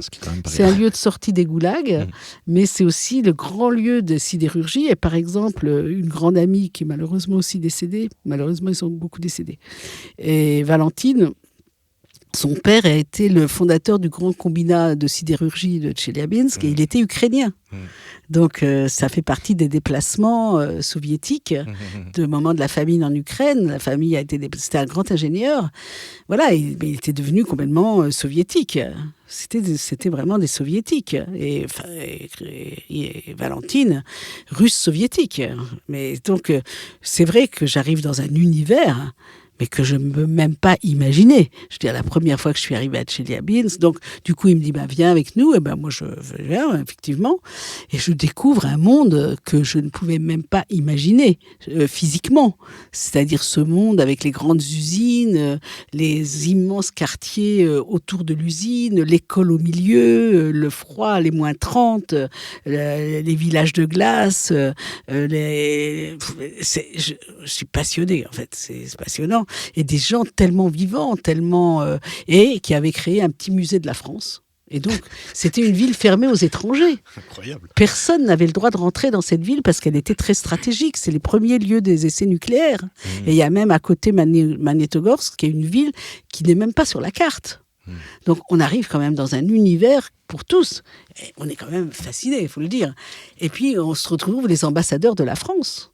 Donc, c'est quand même pas rien. Et là, on apprend qu'ils ont créé un petit musée de la France, parce que la France, c'est la liberté, c'est le droit, c'est l'égalité. Des professeurs de l'école 48 qui savent par cœur Johnny Hallyday, qui savent par cœur... Et alors, un truc qui est rigolo, c'est qu'un jour, je faisais un exposé sur la notion de quartier, là, et puis il y avait donc tous ces professionnels, là, il y avait du monde, et puis c'est très, très, très, très sérieux. On n'a pas intérêt à déconner quand même, là. Il y a un grand sérieux quand on est en situation sociale en Russie. Et il y avait un monsieur devant moi, les épaules bien larges comme ça, et puis tout d'un coup, je commence à me raconter une histoire en disant « Ah ouais, c'est un mec du KGB, il est en train de nous écouter. » Enfin, le truc qui vient comme ça, quoi. Et c'est là qu'on voit la force des stéréotypes. Et puis, de toute façon, il comprend rien. Il faut que tu fasses un atelier de la pensée critique. Mais comme j'avais travaillé sur les stéréotypes, j'étais assez capable de me dire ce que j'étais en train de faire, quoi. Et là, il se retourne vers moi avec un grand sourire. C'était un très bel homme. On deviendra très amis. Et il me dit « Vous voulez dire composante ou niveau ?» Je dis, bon, alors là, Bordet, t'arrêtes tes conneries parce qu'il parle français extrêmement bien, c'est pas un imbécile. Et effectivement, c'était un grand professeur. Et du coup, c'était rigolo parce qu'on était aux prises nous-mêmes avec tout notre imaginaire de la Russie, que ce soit communiste, que ce soit romantique, que ce soit stéréotypique. Alors là, la question d'altérité, ça nous a remué les oreilles. Et évidemment, on est fasciné par ça, quoi. Et pour moi, ça sera une grande histoire de 20 ans. Je vais y aller tous les ans. Je vais faire des conférences sur qu'est-ce que c'est être déplacé par rapport à être immigré, parce qu'ils n'ont jamais eu d'immigrés, mais ils ont tous eu des déplacés. Et là, tous les gens qui pleurent, des gens qui reçoivent des certificats comme quoi leurs ancêtres, c'était pas des criminels, mais c'était pas des délinquants, mais c'était des gens des déplacés politiques. Il y a eu quand même énormément de choses, mais j'ai vu aussi arriver tous les produits de consommation, les usines rachetées par les Allemands, les Français. L'entrée dans la mondialisation, finalement. Terrible, mais aussi, là, une forme de colonialisme capitaliste. Je veux dire, il faut quand même se représenter que tu avais des usines de 300 000 ouvriers où on en a viré 150 000 sans rien, sans chômage, et c'était les Allemands et les Français qu'on rachetait. Et effectivement, Poutine, quand il est arrivé au pouvoir, il a renationalisé. Oui, il a dit ça dégage, et hop, on récupère... on renationalise, et on fait rentrer les ouvriers. Et ça... Parce que quand je suis quand même arrivée là-bas, c'était extrêmement dangereux. Enfin, on était obligé d'appeler le chauffeur de taxi pour pas se faire dévaliser de Paris. Et moi-même, j'ai été faire les courses avec des pistolets dans la poche. Et moi, j'ai un de mes grands traducteurs que j'aimais beaucoup, il est mort attaqué dans la nuit. Je veux dire, il y avait un niveau des meurtres, faut se rendre compte de ce que ça a produit, quoi. Et ça, c'était, pour les Russes, c'était insupportable. L'insécurité au niveau où ils étaient arrivés, mais c'était totalement insupportable. Et puis tout éclatait, quoi. Donc c'était notre question, c'était comment on fait évoluer les écoles russes avec eux, comme ils voulaient, mais aussi dans cette écoute justement de l'intime au politique. C'est-à-dire, et comment on peut prendre la parole en son nom dans un groupe. Au début, quand on donnait des trucs à faire, ils passaient leur temps à désigner le chef. Mais ils n'avaient jamais fait le boulot. Et puis, c'est passé par les métaphores. C'est extraordinaire. À un moment, mais c'est des grands poètes. On faisait des toasts, mais les Russes, c'est un monde. Bon, voilà. Et c'est vrai que je me rappelle toujours d'une jeune femme qui dit « Moi, je suis comme la fleur de mon quartier, il faut l'entretenir. » Tu vois, et la métaphore était une façon de prendre la parole singulièrement. Parce que la poésie n'a jamais disparu en Russie. jamais. Et que, je pense même encore maintenant, c'est encore une façon de résister. Mais ils ont toujours résisté à des États totalitaires. Alors, c'est encore un autre État totalitaire. Et c'est vrai que quand on a accueilli les Russes en France, dans les rencontres internationales, mais quelle émotion, quoi. Parce que pour eux, c'était extraordinaire de sortir. Sortir de Tcheliabinsk, qui a quand même été une ville enfermée, dont les parents ont été de sortir enfermés. Et puis de rencontrer, du coup, alors parce que tu Tout à parlais fait d'autres mondes. de la Russie comme point de départ de ce réseau international. Alors, c'est pas la Russie, en fait. C'est la Russie, le Brésil. Et c'est surtout mon patron qui m'a dit, mais écoute, maintenant, pourquoi tu crées pas un réseau international ? Et du coup, qui est-ce qu'on retrouve dans ce réseau Alors international ? maintenant, le réseau, il a évolué, mais au départ, c'était des chercheurs. Et assez vite, on s'est dit, il faut qu'il y ait des pédagogues et des artistes. Donc, en fait, c'est un réseau avec des chercheurs, des artistes, des pédagogues. Ça, c'est le réseau permanent, on va dire. Et il y a comme pays, aujourd'hui, en tout cas, même si c'est difficile à faire vivre, mais c'est la réalité, il y a les Russes et les Ukrainiens. Et moi, je dis que les Russes sont dans le réseau, même si on ne peut plus les accueillir. Mais on continue à parler comme on peut avec eux. Et les Ukrainiens, on travaille énormément avec eux aujourd'hui en solidarité, mais beaucoup, beaucoup. Là, on fait venir des jeunes. On est vraiment dans le concret de la solidarité et en même temps dans l'analyse. Et on a fait venir, avec un ami, il a créé une association pour faire venir respirer les jeunes en France. Et donc, on a accueilli, les CMEA aussi, d'ailleurs, ont accueilli la ville de Gennevilliers des jeunes qui venaient respirer par rapport à la guerre. Et nous, on a été écouter ce que c'était d'être dans un séjour de répit par rapport à la guerre. Donc, on a tenu notre position clinique en tant que réseau. Donc, le Brésil, on a beaucoup, beaucoup travaillé au Brésil avec l'université de l'USB de Brasilia, mais aussi avec des groupes de jeunes danseurs graffiteurs qui, en fait, ont grandi avec nous, voilà, qui sont devenus aujourd'hui des danseurs, des enseignants, voilà. Donc, l'Ukraine, on est allé beaucoup.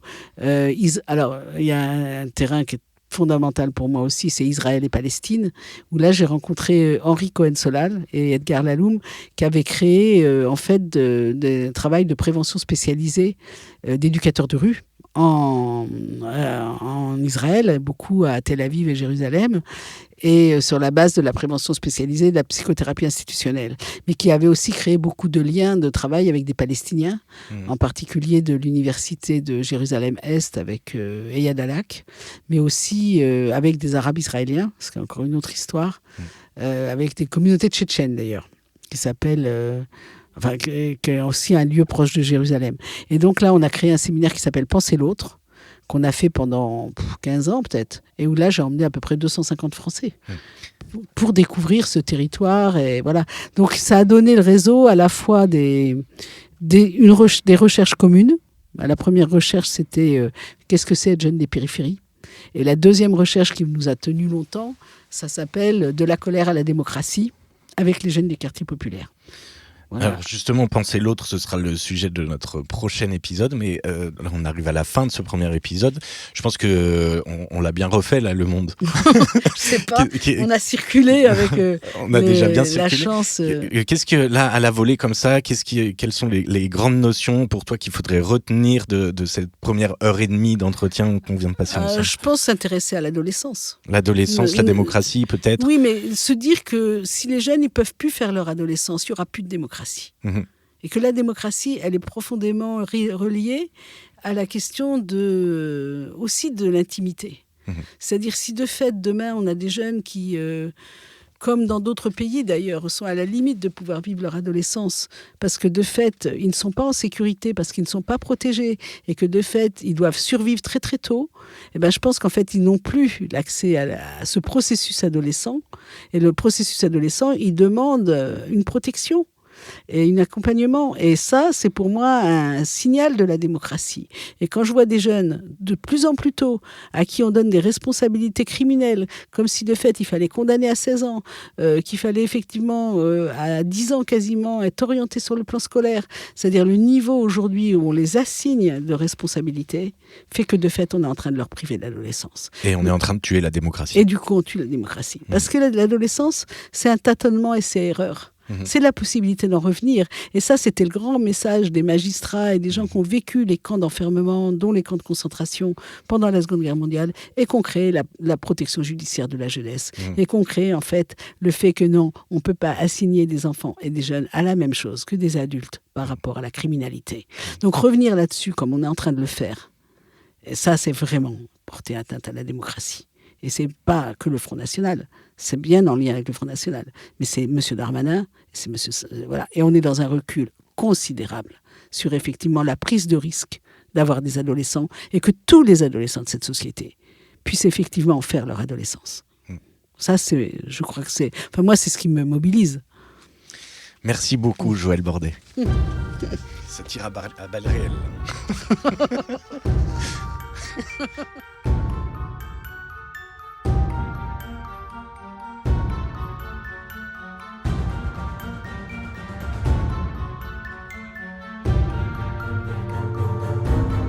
Comment ça va le monde est une émission de Carnet d'Art Podcast qui vous a été présentée par la compagnie Caravelle. Un programme produit par Antoine Guillot, réalisé par Jérémy Buatier. Vous pouvez nous retrouver sur votre plateforme d'écoute préférée et vous abonner pour ne rater aucun épisode. Vous pouvez également nous retrouver sur Instagram et Facebook, sur carnetdart.com et sur lacompagniecaravelle.fr. Vous pouvez également nous soutenir en faisant un don défiscalisé sur Hello Assour en suivant le lien en description. Allez-y, cliquez. On vous remerciera.